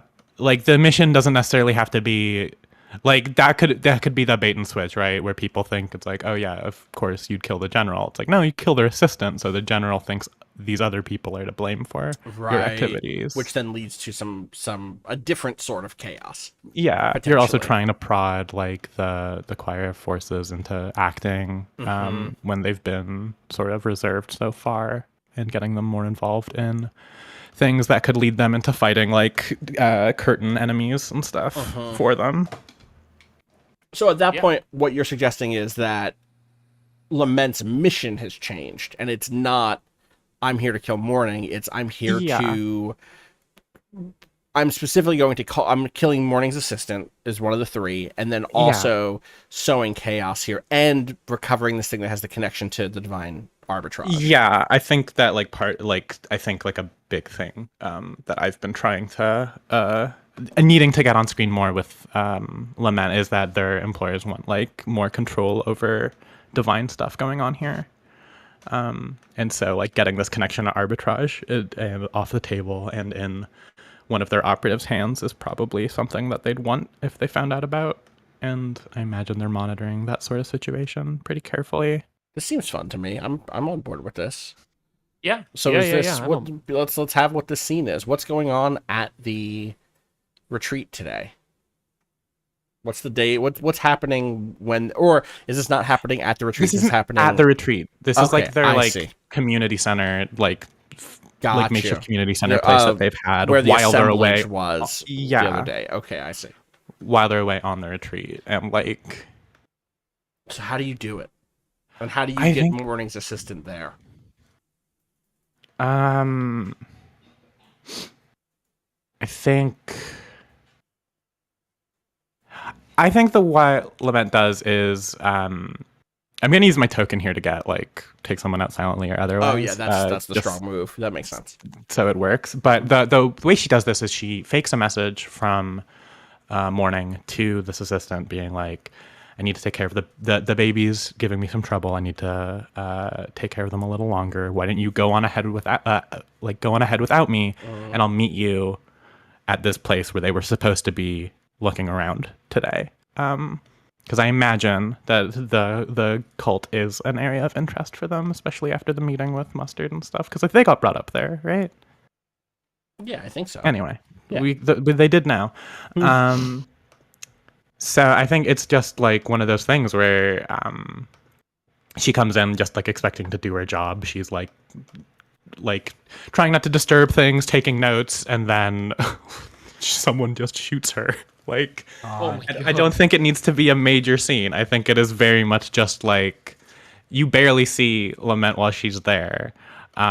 It's just like there's this like woman doing her job, writing down some notes about some of the like iconography that's around, and like she's up on like where PALISADE talks, like gives his talks, and then that's when like 3 shots and she's down, and you just see her silhouette leaving. Like I don't even think she's left the doorway. I think it's just like from the doorway she just takes her out and then gone. Okay. Easy. I'm gonna move this token. I guess that you can just delete it. Yeah, we have a bunch up here. Okay. Mustard, Cheel, me.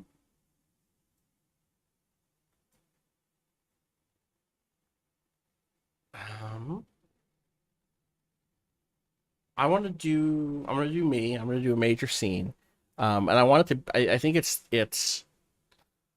the first full night. So like the forest is nighttime now, and I think that there's some sort of I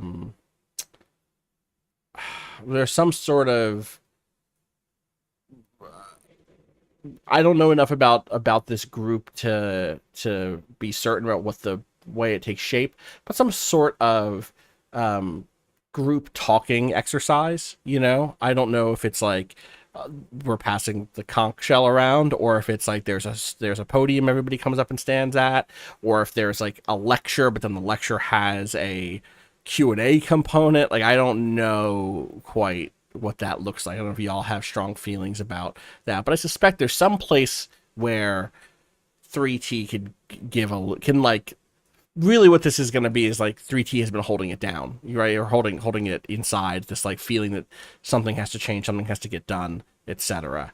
And I want that scene of 3T both. I want that scene of 3T slipping here, or potentially slipping here, depending on what other people are saying or what's happening there. But I don't quite know what the actual format of that style of event is. Also, I don't know how many people are at the retreat. Is this hundreds of people? Is this dozens of people? Is it 30 people? I think it's less. It's a lot, but it's less than 100. Yeah, that's kind of how I've been thinking of it. Like, maybe more than 50. What is 3T slipping into? Oh, being loud and militant in a way that's not very thoughtful, right? Okay. Being like, we have to do something now. I've been biting my tongue. Morning keeps making me do all this stuff. It's not true. It is true. Yeah. Yeah. Remember, I said that. It's been for the last week has been doing this stuff of like. Oh, for the last. Okay. Since the concert, I've been in meetings being like, and we should all listen to General Morning and Okay. da da da da da. Instead Not of for the whole saying- time. It's worth saying that these meetings haven't been General Morning saying, let's now what we all really need to do is hold hands and No, think about peace. correct. This is General Morning saying, like, we need to make very clear goals about what our involvement is, and we need to make sure that we do, once we have achieved those goals, what are we going to do? What are we seeking to accomplish, and how will we know when we've achieved the goals? What happens? Let's set caps on how much we are committing. What should that cap be? What happens if we reach that cap and discover that we need more? What contingencies are in place for us to bring additional resources on board without there being like creep in terms of soldiers and machines? right. Strategies are for cowards. What's the place for medical aid and support for civilians who get caught up in this? How do we balance being transparent Right. to the populace while not leaving ourselves open to spycraft? The meetings are long and they are tiring, but I want to make sure that that they're contrasted against this meeting in the woods, not because Morning and Co. are going, wouldn't it be nice if we didn't have to do war? Right. They're instead like saying, whenever we are involved, we should defer to local leadership, right? And talking through processes of doing that. Local leadership meaning people on Palisade, people who are We actually need to leading make that contact charge. Right. with Millennium Break immediately, and here is how we're doing that so far. Right. Right. Does anybody have expertise that we can use there or whatever? Right. That seems way less boring, or way more boring than like, let's all get on spaceships and go punch the Shoot people. Principality. Yeah, let's go shoot people. Mm-hmm. So yeah, whatever this. Oh, it's something that it's like a it's like a weird speaking thing. I think it's more than just passing a conch. I think it is like everybody's sitting in a certain pattern on the floor. Like there's a physical space or something to do with the pulse associated with it, and someone says a statement. And then someone who agrees with that statement says the statement again, like echoing That's it, fine. and then adds their own thing to it. And then someone who agrees or also feels strongly that thing says that again. So it's like this rippling, echoing effect of like ideas getting repeated and solidified. I don't think that we need to be super zoomed in here, and actually maybe this can provide background for if Pushy and Mustard want to do some snooping around or be weirded out. But a thing that I like happening here is like that happens and there's an organic back and forth because you say the thing, it's a call and response, right? Like I say the thing and then someone else responds and adds to it, right? There's also kind of a what do you call it? Not magnificent corpse. What's the actual name of that game? Exquisite Corpse. Thing happening, right, where it's like you're adding on, and I think over time 3T just naturally starts to take over is responding more often than other people are, and more people are responding back with words and phrases that 3T has introduced earlier, right? So like if 26 things get said and it's A through Z, and then after the 26th one, the cycle would normally be like, okay, well, 26 new different things would be said. This time it's just like A through J. And then the next time through, it's just A through F. And 3T has said A through F. Those are 3T's words, right? We're now talking in circles. I love this. And I'm going to do the weak move, use scapegoats and corrosive arguments as a shortcut to get a crowd on side. And I'm explicitly giving into that feeling of like, the thing that I pick up on is what Pasadobly was saying before about love, in the sense that like the people who the people who want to sit in boardrooms and sit in meeting rooms all day, and I use meeting rooms. Meeting rooms. Everyone in the crowd goes, ugh. Yeah, exactly. And talk about, and slow, grind things to a halt with strategy, grind things to a halt with process. They just don't, they're not moved by love. They don't feel it in their blood, right? That's the way I'm doing it. And so I'm being very vague. I don't ever say morning specifically. But I'm basically saying that, like, if we had gone into this the way it seemed like we were going to go into this, if everybody had the love that the fervent friends of devotion had, then we would all be on the same pace and we'd all be doing this. And so this is scapegoats and corrosive arguments is a shortcut to get a crowd on side. She brought all these golden ships and they're doing nothing. And they're doing nothing. I can see, look up in the sky. There they are. I can point them out. Why are they here? Why aren't they at Palisade? So I'm going to take a token.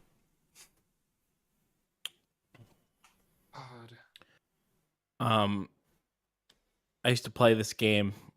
I like to add this flavor at a camp, at a day camp. I used to go to a nature day camp. And every day at the end of the day, we would all sit in a circle and play this game called The Pulse.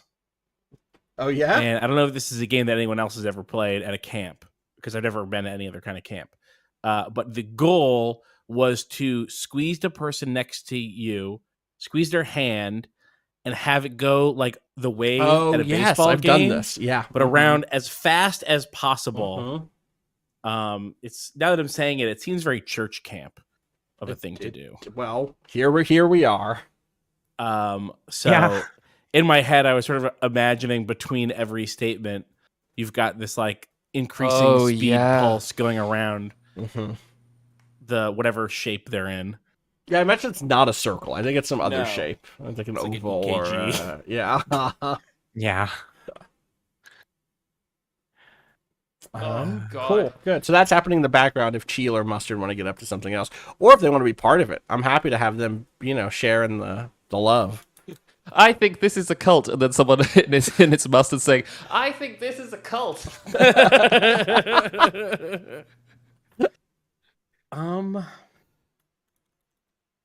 I wonder what the split would be if this isn't a thing that you have to do. Like what percentage of people are taking part versus not? I think Cheel would not, unless. Oh, I spent a token. I spent a token. It's happening. So you don't have to do it as a character, but people are doing it. No. I'm sorry, I got a token. Rather, I didn't spend a token. That's wrong. I'm saying what percentage of people that are here would participate? I think the bulk. The bulk. Yeah, they're here to do the retreat. Unless this is something that like people are being pressured to do, instead of all being a cult and wanting to take part, then Cheel wouldn't do it. Yeah, I imagine Cheel isn't doing it. Yeah. My suspicion is that most people are doing it just because they're true believers. Yeah. This. Can I add a creepy detail? Please. What if people have been woken up to do it? And they're like, it's not like they've been forced into it, but it's like people have gone from hey, we're doing the pulse to be like, talk. Wake up, it's time. Yeah.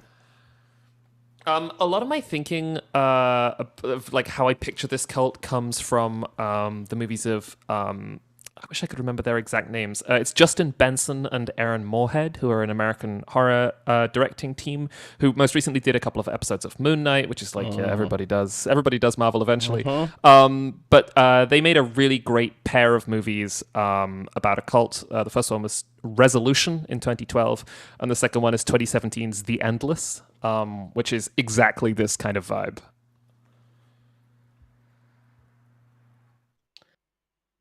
Mustard, are you doing the talk? No, I'm up for doing some sleuthing if you want to do a sleuth scene. Okay, I'll do some sleuthing. Yeah. What are we gonna get up to? So the bulk of people are doing this, and I'm curious if there are like people watching tents, like if there's like an inner circle like guard that maybe don't appear to be guarding anything unless you were to think about trying to get into like an important person's tent, and then all of a sudden you're like, oh, there's people like that you'd think definitely would be doing the pulse that aren't, and they sure are standing close to all the important people's tents. So you're suggesting we would like sneak past the guard to? Yeah, because I wonder, what sort of sleuthing could we do if everyone that's important is busy in a circle holding hands, and it would have to be like looking through stuff, or maybe trying to figure out where we are, because it's weird that this place is here. Sure. Yeah. Yeah. I guess that makes sense. Yeah. I guess like, is there like a leader's tent or whatever, which isn't like a sleeping tent or whatever. It's one of those like big ones with like open sides and like tables underneath and stuff that we have to like head over to and sort of be like, well, we're looking for a thing. Yeah. So wait. So it's like looks like a almost like a military meeting tent. area from outside. Right. Yeah. Yeah. Yeah. Okay. How using this game do we get in there? Do we just get in there? No, do you have moves that would let you do that? I don't have a token. Ah, well, there's your problem right there. In general, the way that I think that we think about this stuff is that like you can do the moves that you have, right? So you could take action leaving yourself vulnerable, for instance. Okay. Right? But then we have to play out what that vulnerability is and like how does that. So that's the thing you can always do. Alternatively, you could be like, hey, this is going to go bad, and so one of you maybe does a weak move to gain a token where things go bad, Right. We could try to talk our way in and fail because it's trying to use words when action was required. That's exactly right. That's exactly it. Right. That's how that's how the style of game works. I will not do that. Instead, I'll take action leaving myself vulnerable. So what's that look like, and how are you vulnerable? Does someone catch you in the act? Does someone? Yes. Yeah. Someone catches me, but doesn't say anything. Doesn't is just watching, and is going to find out who I am, and just has this information. Is this just a member of the devotion? Yeah, this is one of the guard. This is one of the sort of surreptitious, the not guards who are trying their best to look like they're not guarding. And I'm gonna go into the tent and look through papers, or I guess I haven't seen the slides, the business card slides. Oh, right. But I'm gonna look at stuff and try and take stuff. But I don't know what I find. Anybody have any good ideas?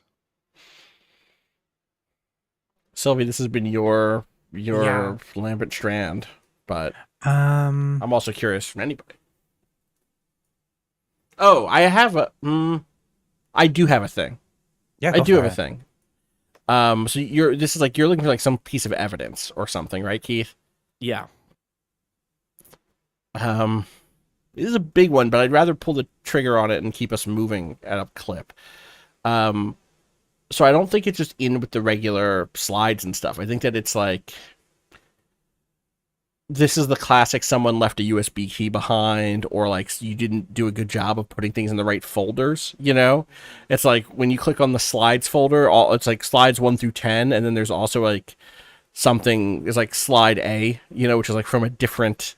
It's slide A is from a different presentation, but whoever used it was using it as they were just copying the presentation template over that they'd customized, and that slide, like the template slide, still has, you can like check previous versions, you can restore it to the previous version of it.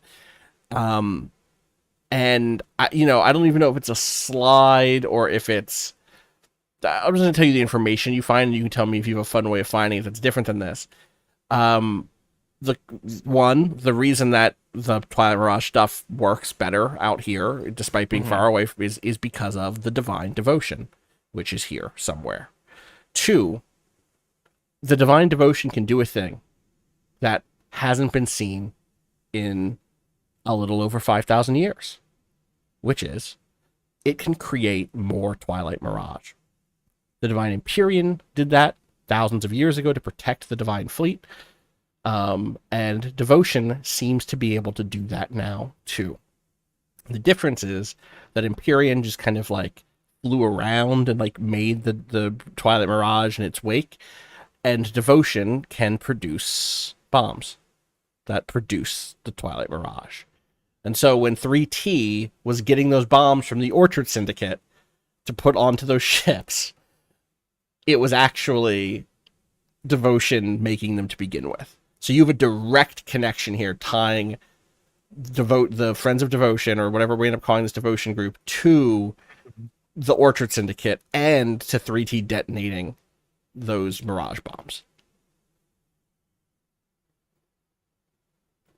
Yeah, by the way, if anyone has a cooler name for the group, like just My only thing with it, I mean, this just came up in chat. My only thing with it is we already have the Friends of Aggressive Rock as an important friends. I forgot about that. Yeah, it's fine. Again, this is one of those things where it's like, in the wash, 3 months from now when we're getting to Palisade proper, the name of it can change, So I don't worry too much about it when we're in the middle of something like this. But anyway. Someone from the Principality is going to hear about the Friends of...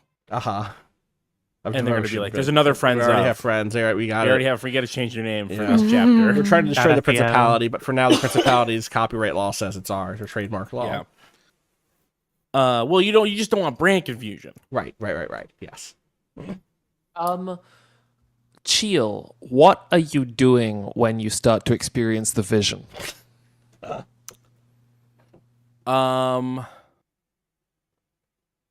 Trying to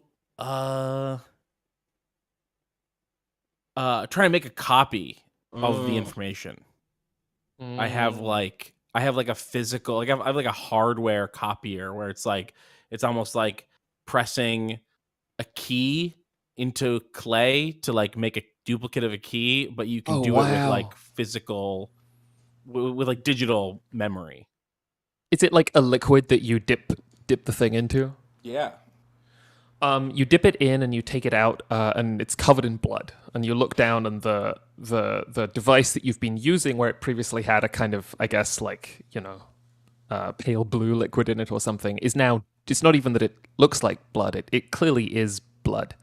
And suddenly something comes out of it and pulls you through the little aperture, down through the blood. And as you fall through the blood, you emerge on the other side on a planet that is burning. And I don't think you can identify what planet it is, but you can see the sort of the numerous shapes of the other. How many planets are in the big planet, Austin? In Twilight Mirage? 5? 8. Nope. No, it's 8 and then Volition, or 7 in Volition. I think it's 8 in Volition. I believe it's 8 in Volition. I'm pretty sure that that's accurate. I think I could name... I got it. Also, we've reconnected. We've reconnected just in time for this. We're close. What are we missing? Thyrsus. Thyrsus. Thyrsus. We're still not there. It's Brighton. Kent Yeah. Brighton. Okay. Is that it? That might be it, Seneschal right? Skane. Moonlock. Gift 3. Crown, Gift 3. Brighton, Thyrsus. That's Glass. 7. Glass is wrong. It was Crown because it's the Crown of Glass. And plus Volition. That's 8. There's one more. There definitely is. Oh, this is going to kill me. Does chat now? Altar. Thank you, Zutaka. Altar. Altar is where there are a bunch of like divines from.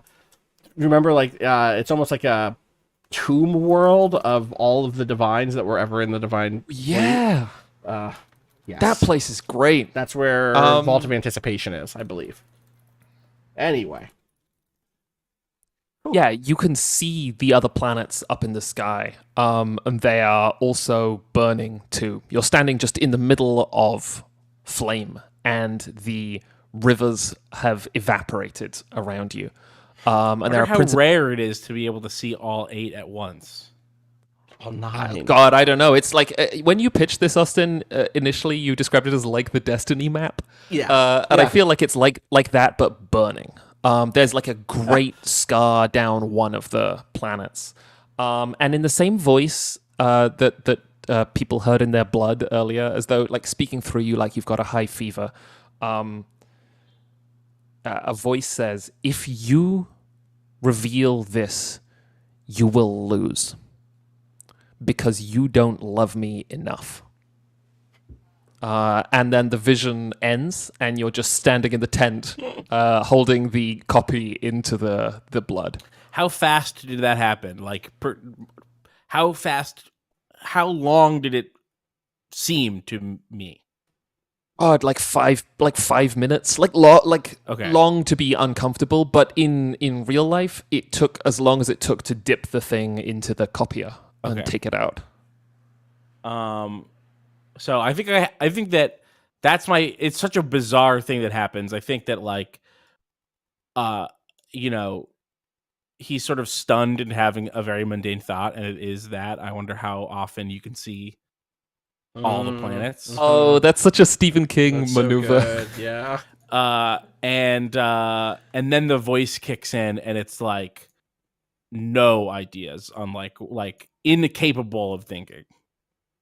And then because I the jolt. intensity of this thing is just so horrible. The intensity of the thing and the like being confused, like just overwhelmed by every piece of sense is confusing now. Where a second ago I knew exactly where I was and I knew what I was doing, and now nothing makes sense. And there's a very scary and intense thing happening, and I'm just like, and then it's lasts for 5 minutes.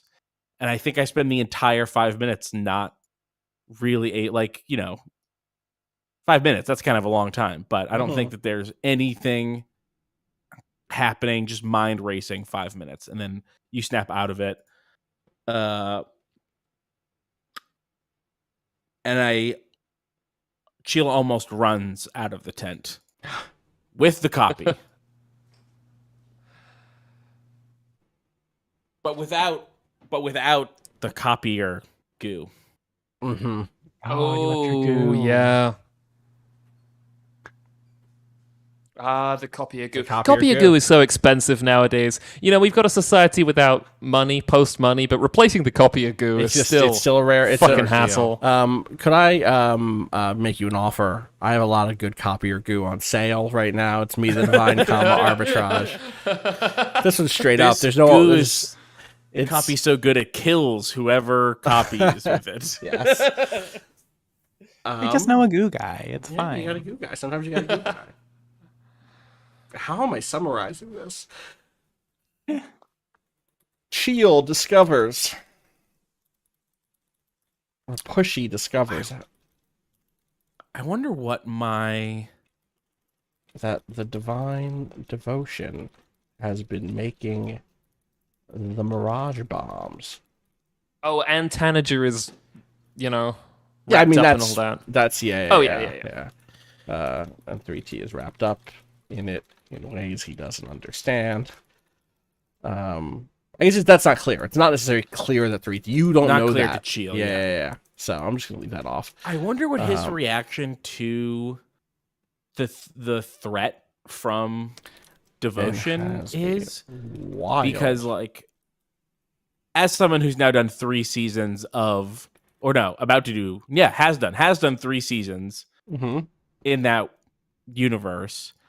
I know that just because a divine says something doesn't make it You're real. Right. Yeah. But oh yeah, absolutely. Does Cheel know that? Is Pushy able to go, to know enough about divines even to be like, this is just like, in a very reductive sense, it's just like someone said something. Well, and also pulled you through blood and made you see the universe. Right, yeah. For 5 minutes. But it's not like it's a prediction in a kingdom game, where Right. it's like, Yeah, if you reveal these documents, then the Mirage will lose the war. But it is, That but is it, what but it it is a said. prediction the way a small town judge or sheriff can make a prediction, which is to say, Yes. this is the divine and Pushy is a person. Yeah.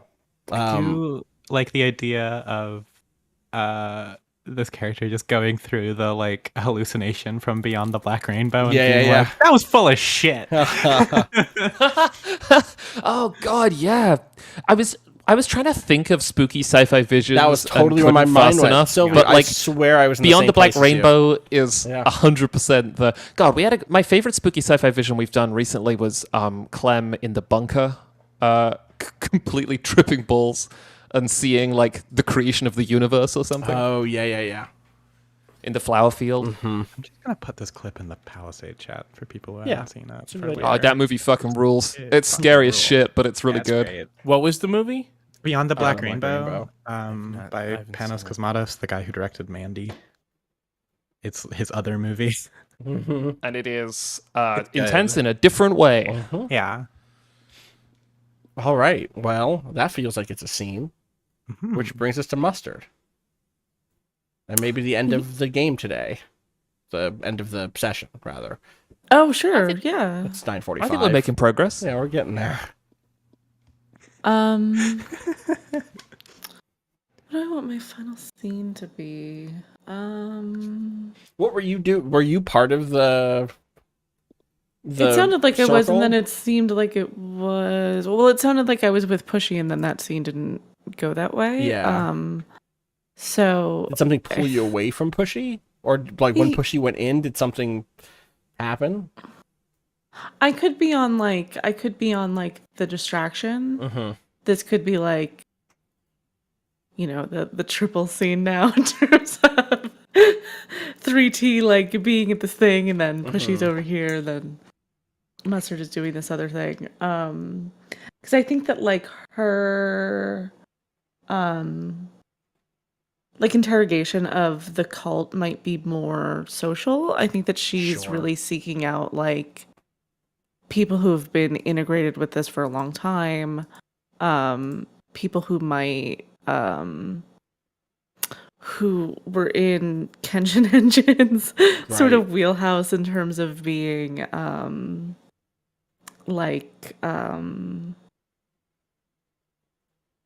people who are bringing people on board. I mean, maybe that's the scene we should do then. Like, we can juxtapose this, psychedelic nightmare vision with what's it like to talk to someone who's part of this group? What do they believe? And how does that come across in regular conversation?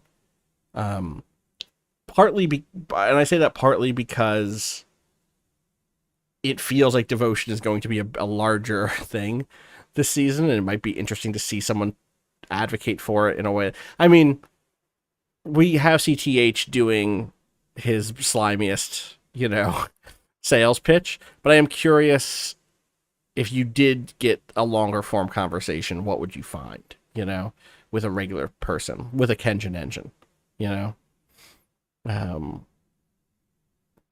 but I don't necessarily know what those answers are at this point.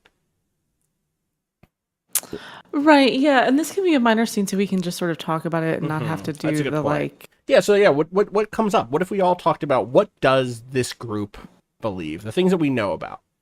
We know that the pulse is important to them, physical sensation and touching and synchronizing stuff is important to them. These are rituals and symbols that are important to them. Love is important to them. Clearly, Strength or intensity of feeling, where it's like the stronger the feeling, the more real it is, or the stronger the caring about something intensely, or Even beyond that, it's fearing like something intensely. The stronger that feeling, the more it unites people. And Right. there's like power in that unity. Yeah. It's kind of like the big fervor, thing. devotion, right? Increasing the size of the Twilight Mirage is important to them. Yeah. Well, they don't say that, but yeah. No, right. That doesn't come out maybe from the conversation, but we are saying this and kind of like, if this is going to be a faction, and let me tell you, I didn't realize this was part of. Okay, I got you. Yeah, we are now speaking in the abstract in a little bit. Sorry, Sylvie, was that you making a noise? I can just get broader. Yeah, please. If we're going like there, like if we want to just put cards on the table for like I think maybe that's interesting because and it's my question ends up being how much of that does Mustard get versus how much of this is like I'm now I know we're just like constantly referencing things that people may not have watched. But there was a show called, oh God, what was it actually called? There were 2 seasons of it. It was an Amazon show, Homecoming. The Tick. Okay. I was thinking of Homecoming. The Tick. I was thinking of Janelle Monáe in The Tick. No, I was thinking of Janelle Monáe in Homecoming, but also season 1 of Homecoming. There are these like, Homecoming is interesting, is what I would say that it's interesting. It's a show by the it's Sam Esmail, who does Mr. Robot. Yeah. Who does Mr. Robot? It's more complicated than that, obviously, but you know what the deal is. The Mr. Robot showrunner. The Mr. Robot showrunner, exactly. Lots of people do Mr. Robot. Lots of people do, including the one that you said. Exactly. And I guess actually Sam Esmail is the director only in season 1, but that show has these like sequences of maybe not rapid fire interviews, but really good overlapping sequences and like scenes that can be a little overwhelming for the people who are trying to make sense of what they're seeing, right? Whether this is like there's just like an all-time great bureaucratic investigator in that show, like extremely good.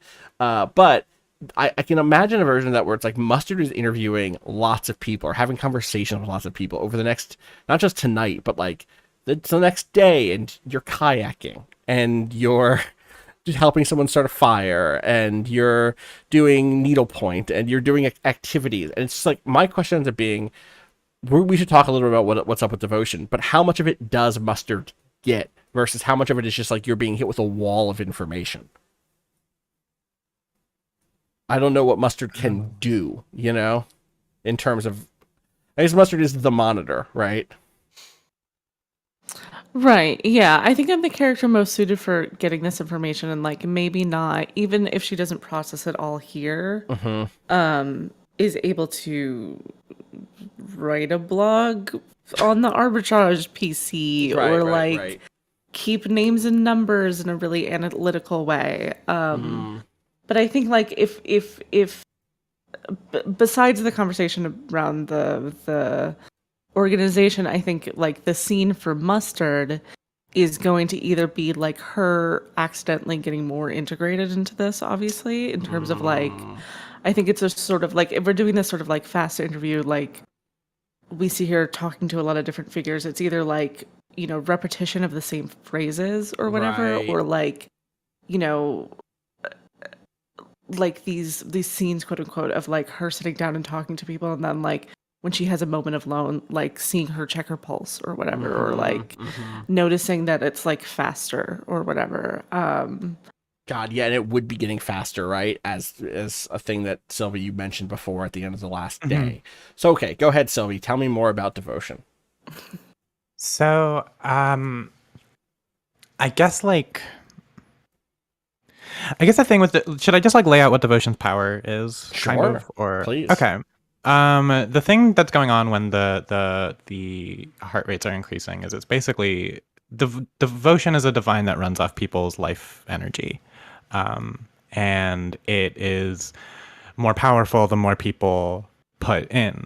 Hence the name, like devotion. Like you are devoting yourself to it in like every possible way because it's taking like your life from you as it's doing its thing. And what the people who are like really like the people who are in charge of this group think that they can use it as a means to basically unite the entire, like the known galaxy underneath their divine. They think it is a powerful enough divine that if like enough people fed into it, it would just be able to sort of spread everywhere. That's part of why they're doing the mirage bombs. They're spreading that as part of the way there's to spread influence. And yeah, I think that's kind of the long and short of it, what we've got right now. It's one of those things where it's like, yeah, the more you put in, the more you get out, right? Like the more people, and maybe like that's one of the phrases you hear a lot of, Mustard. Yeah. The thing that's so great about being with you know the rest of Devotion here is like the more you put in, the more you get out, and you just get a lot of this maybe snippets of that vision, right? We just think it would be great if everybody had all the cool stuff we had here in the Mirage, right? And Devotion can help with that. That I think that still absolutely applies. I think that like that is the belief, is that you just put in more effort and you get more from it. People don't know that it is killing them slowly. Like people don't know that it is like taking their life, like years of their life away for this, unless they're like very upper echelon people. Like positive. Connecting in a second. Okay. There it goes. Sorry for the stutters, the weird ups and downs. We should be back now though. Okay. So yeah, then what's our final shot here for the night, Allie, with Mustard?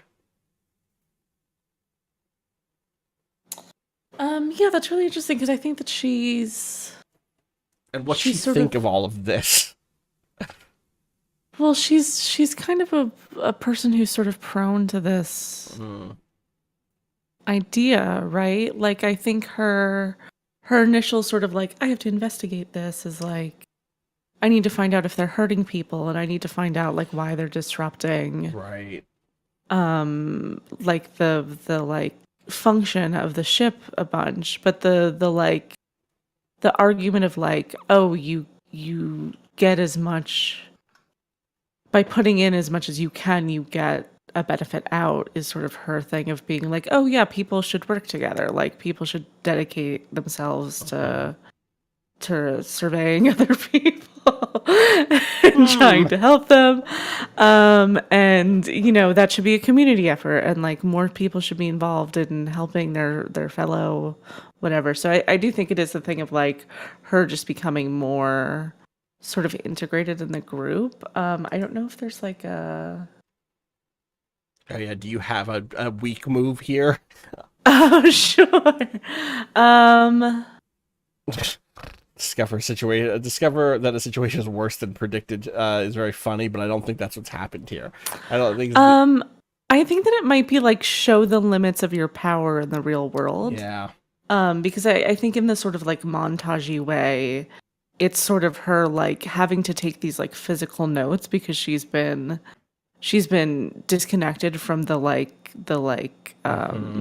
system that she's been using to like track people. So it's like her having to do all of these notes by hand in terms of like writing down what people have said and their names and stuff like that. And as she goes on through the day, it's like less of her picking up the pen and more of her picking up her pulse. That's really good. That's a really good image. The audience is like, oh no. Are we down again? And we're back up. Like, okay. This is. Oh God. Hey, guess what? In 2 weeks, I'm gonna have FiOS. This is true. Yeah, this is great. This is true. I'm very excited. It's I guess it is largely a good thing that your internet only started sucking just very recently. Just before it was going to change. So, all right. Well, on that thing, on that image of something that the audience may have missed, because that's how the live audience works. Repeat it real quick. Yeah, Allie, do you want to repeat that before we lose connection again? Oh, sure. Sorry. Mustard throughout the day is taking less time to retrieve information about these people and more time to check her pulse as she becomes more integrated into the ideals of this cult. Great. We'll see how that goes. That's bad news. It's bad news. I'm going to go ahead and say I don't think these threats have resolved. No, surely not. Surely It's a not. longer game than I thought it was going to be. I thought we'd finish tonight, but now we really want to relish in a cult retreat, and I don't mind it. Yeah. Yeah. No, I'm having fun Alright. with the game. So, Yeah, I've still got to show up at the retreat. I have a move that lets me saunter into a scene, so I'm not worried about the how. But I'll get there. Oh, I'm gonna grab my token for being Mustard. showing the limits of my power. Mustard I'm rather interviews powerless. people at the retreat and learns about Devotion's mission. It's really funny to me how Mustard and Pushy both got two sides of the same coin here, except in their own very particular way, where like Mustard got it by like listening carefully to people and then gradually finding herself sucked into a malicious machine, and Pushy got it by literally being sucked through an iPad, a blood iPad. That machine is gonna suck you. Incredible. That machine's gonna suck you. That's why we're a good team. We were both literally and figuratively sucked. Good job, everybody. Have a great night, everybody. Time.is is the address. Big shout out to Love Chat 1.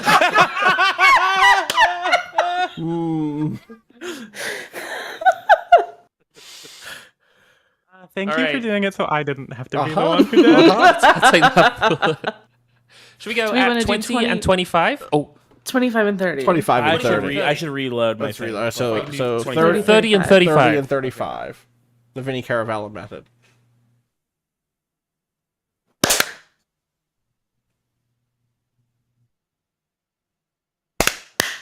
That's the second one. I don't think we're good at the We just I have to don't get know. better. We just have to get better. We just have to Okay, get yeah, better. I just makes perfect.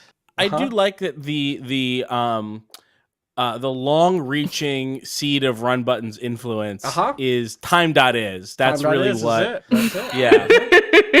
I think we make great videos, but more than anything else, Run Button has introduced a lot of people who do podcasts to time.is. That's influence. That's getting OBE. It's a real how many degrees from Run Button Yeah, it yes. is. Yeah, Are test. you? It is. Yeah. All right. Before Who my did internet... you learn about time.is from? Good question. Before Yeah, my the internet trail dies ends with again, me. I'm gonna stop recording and stop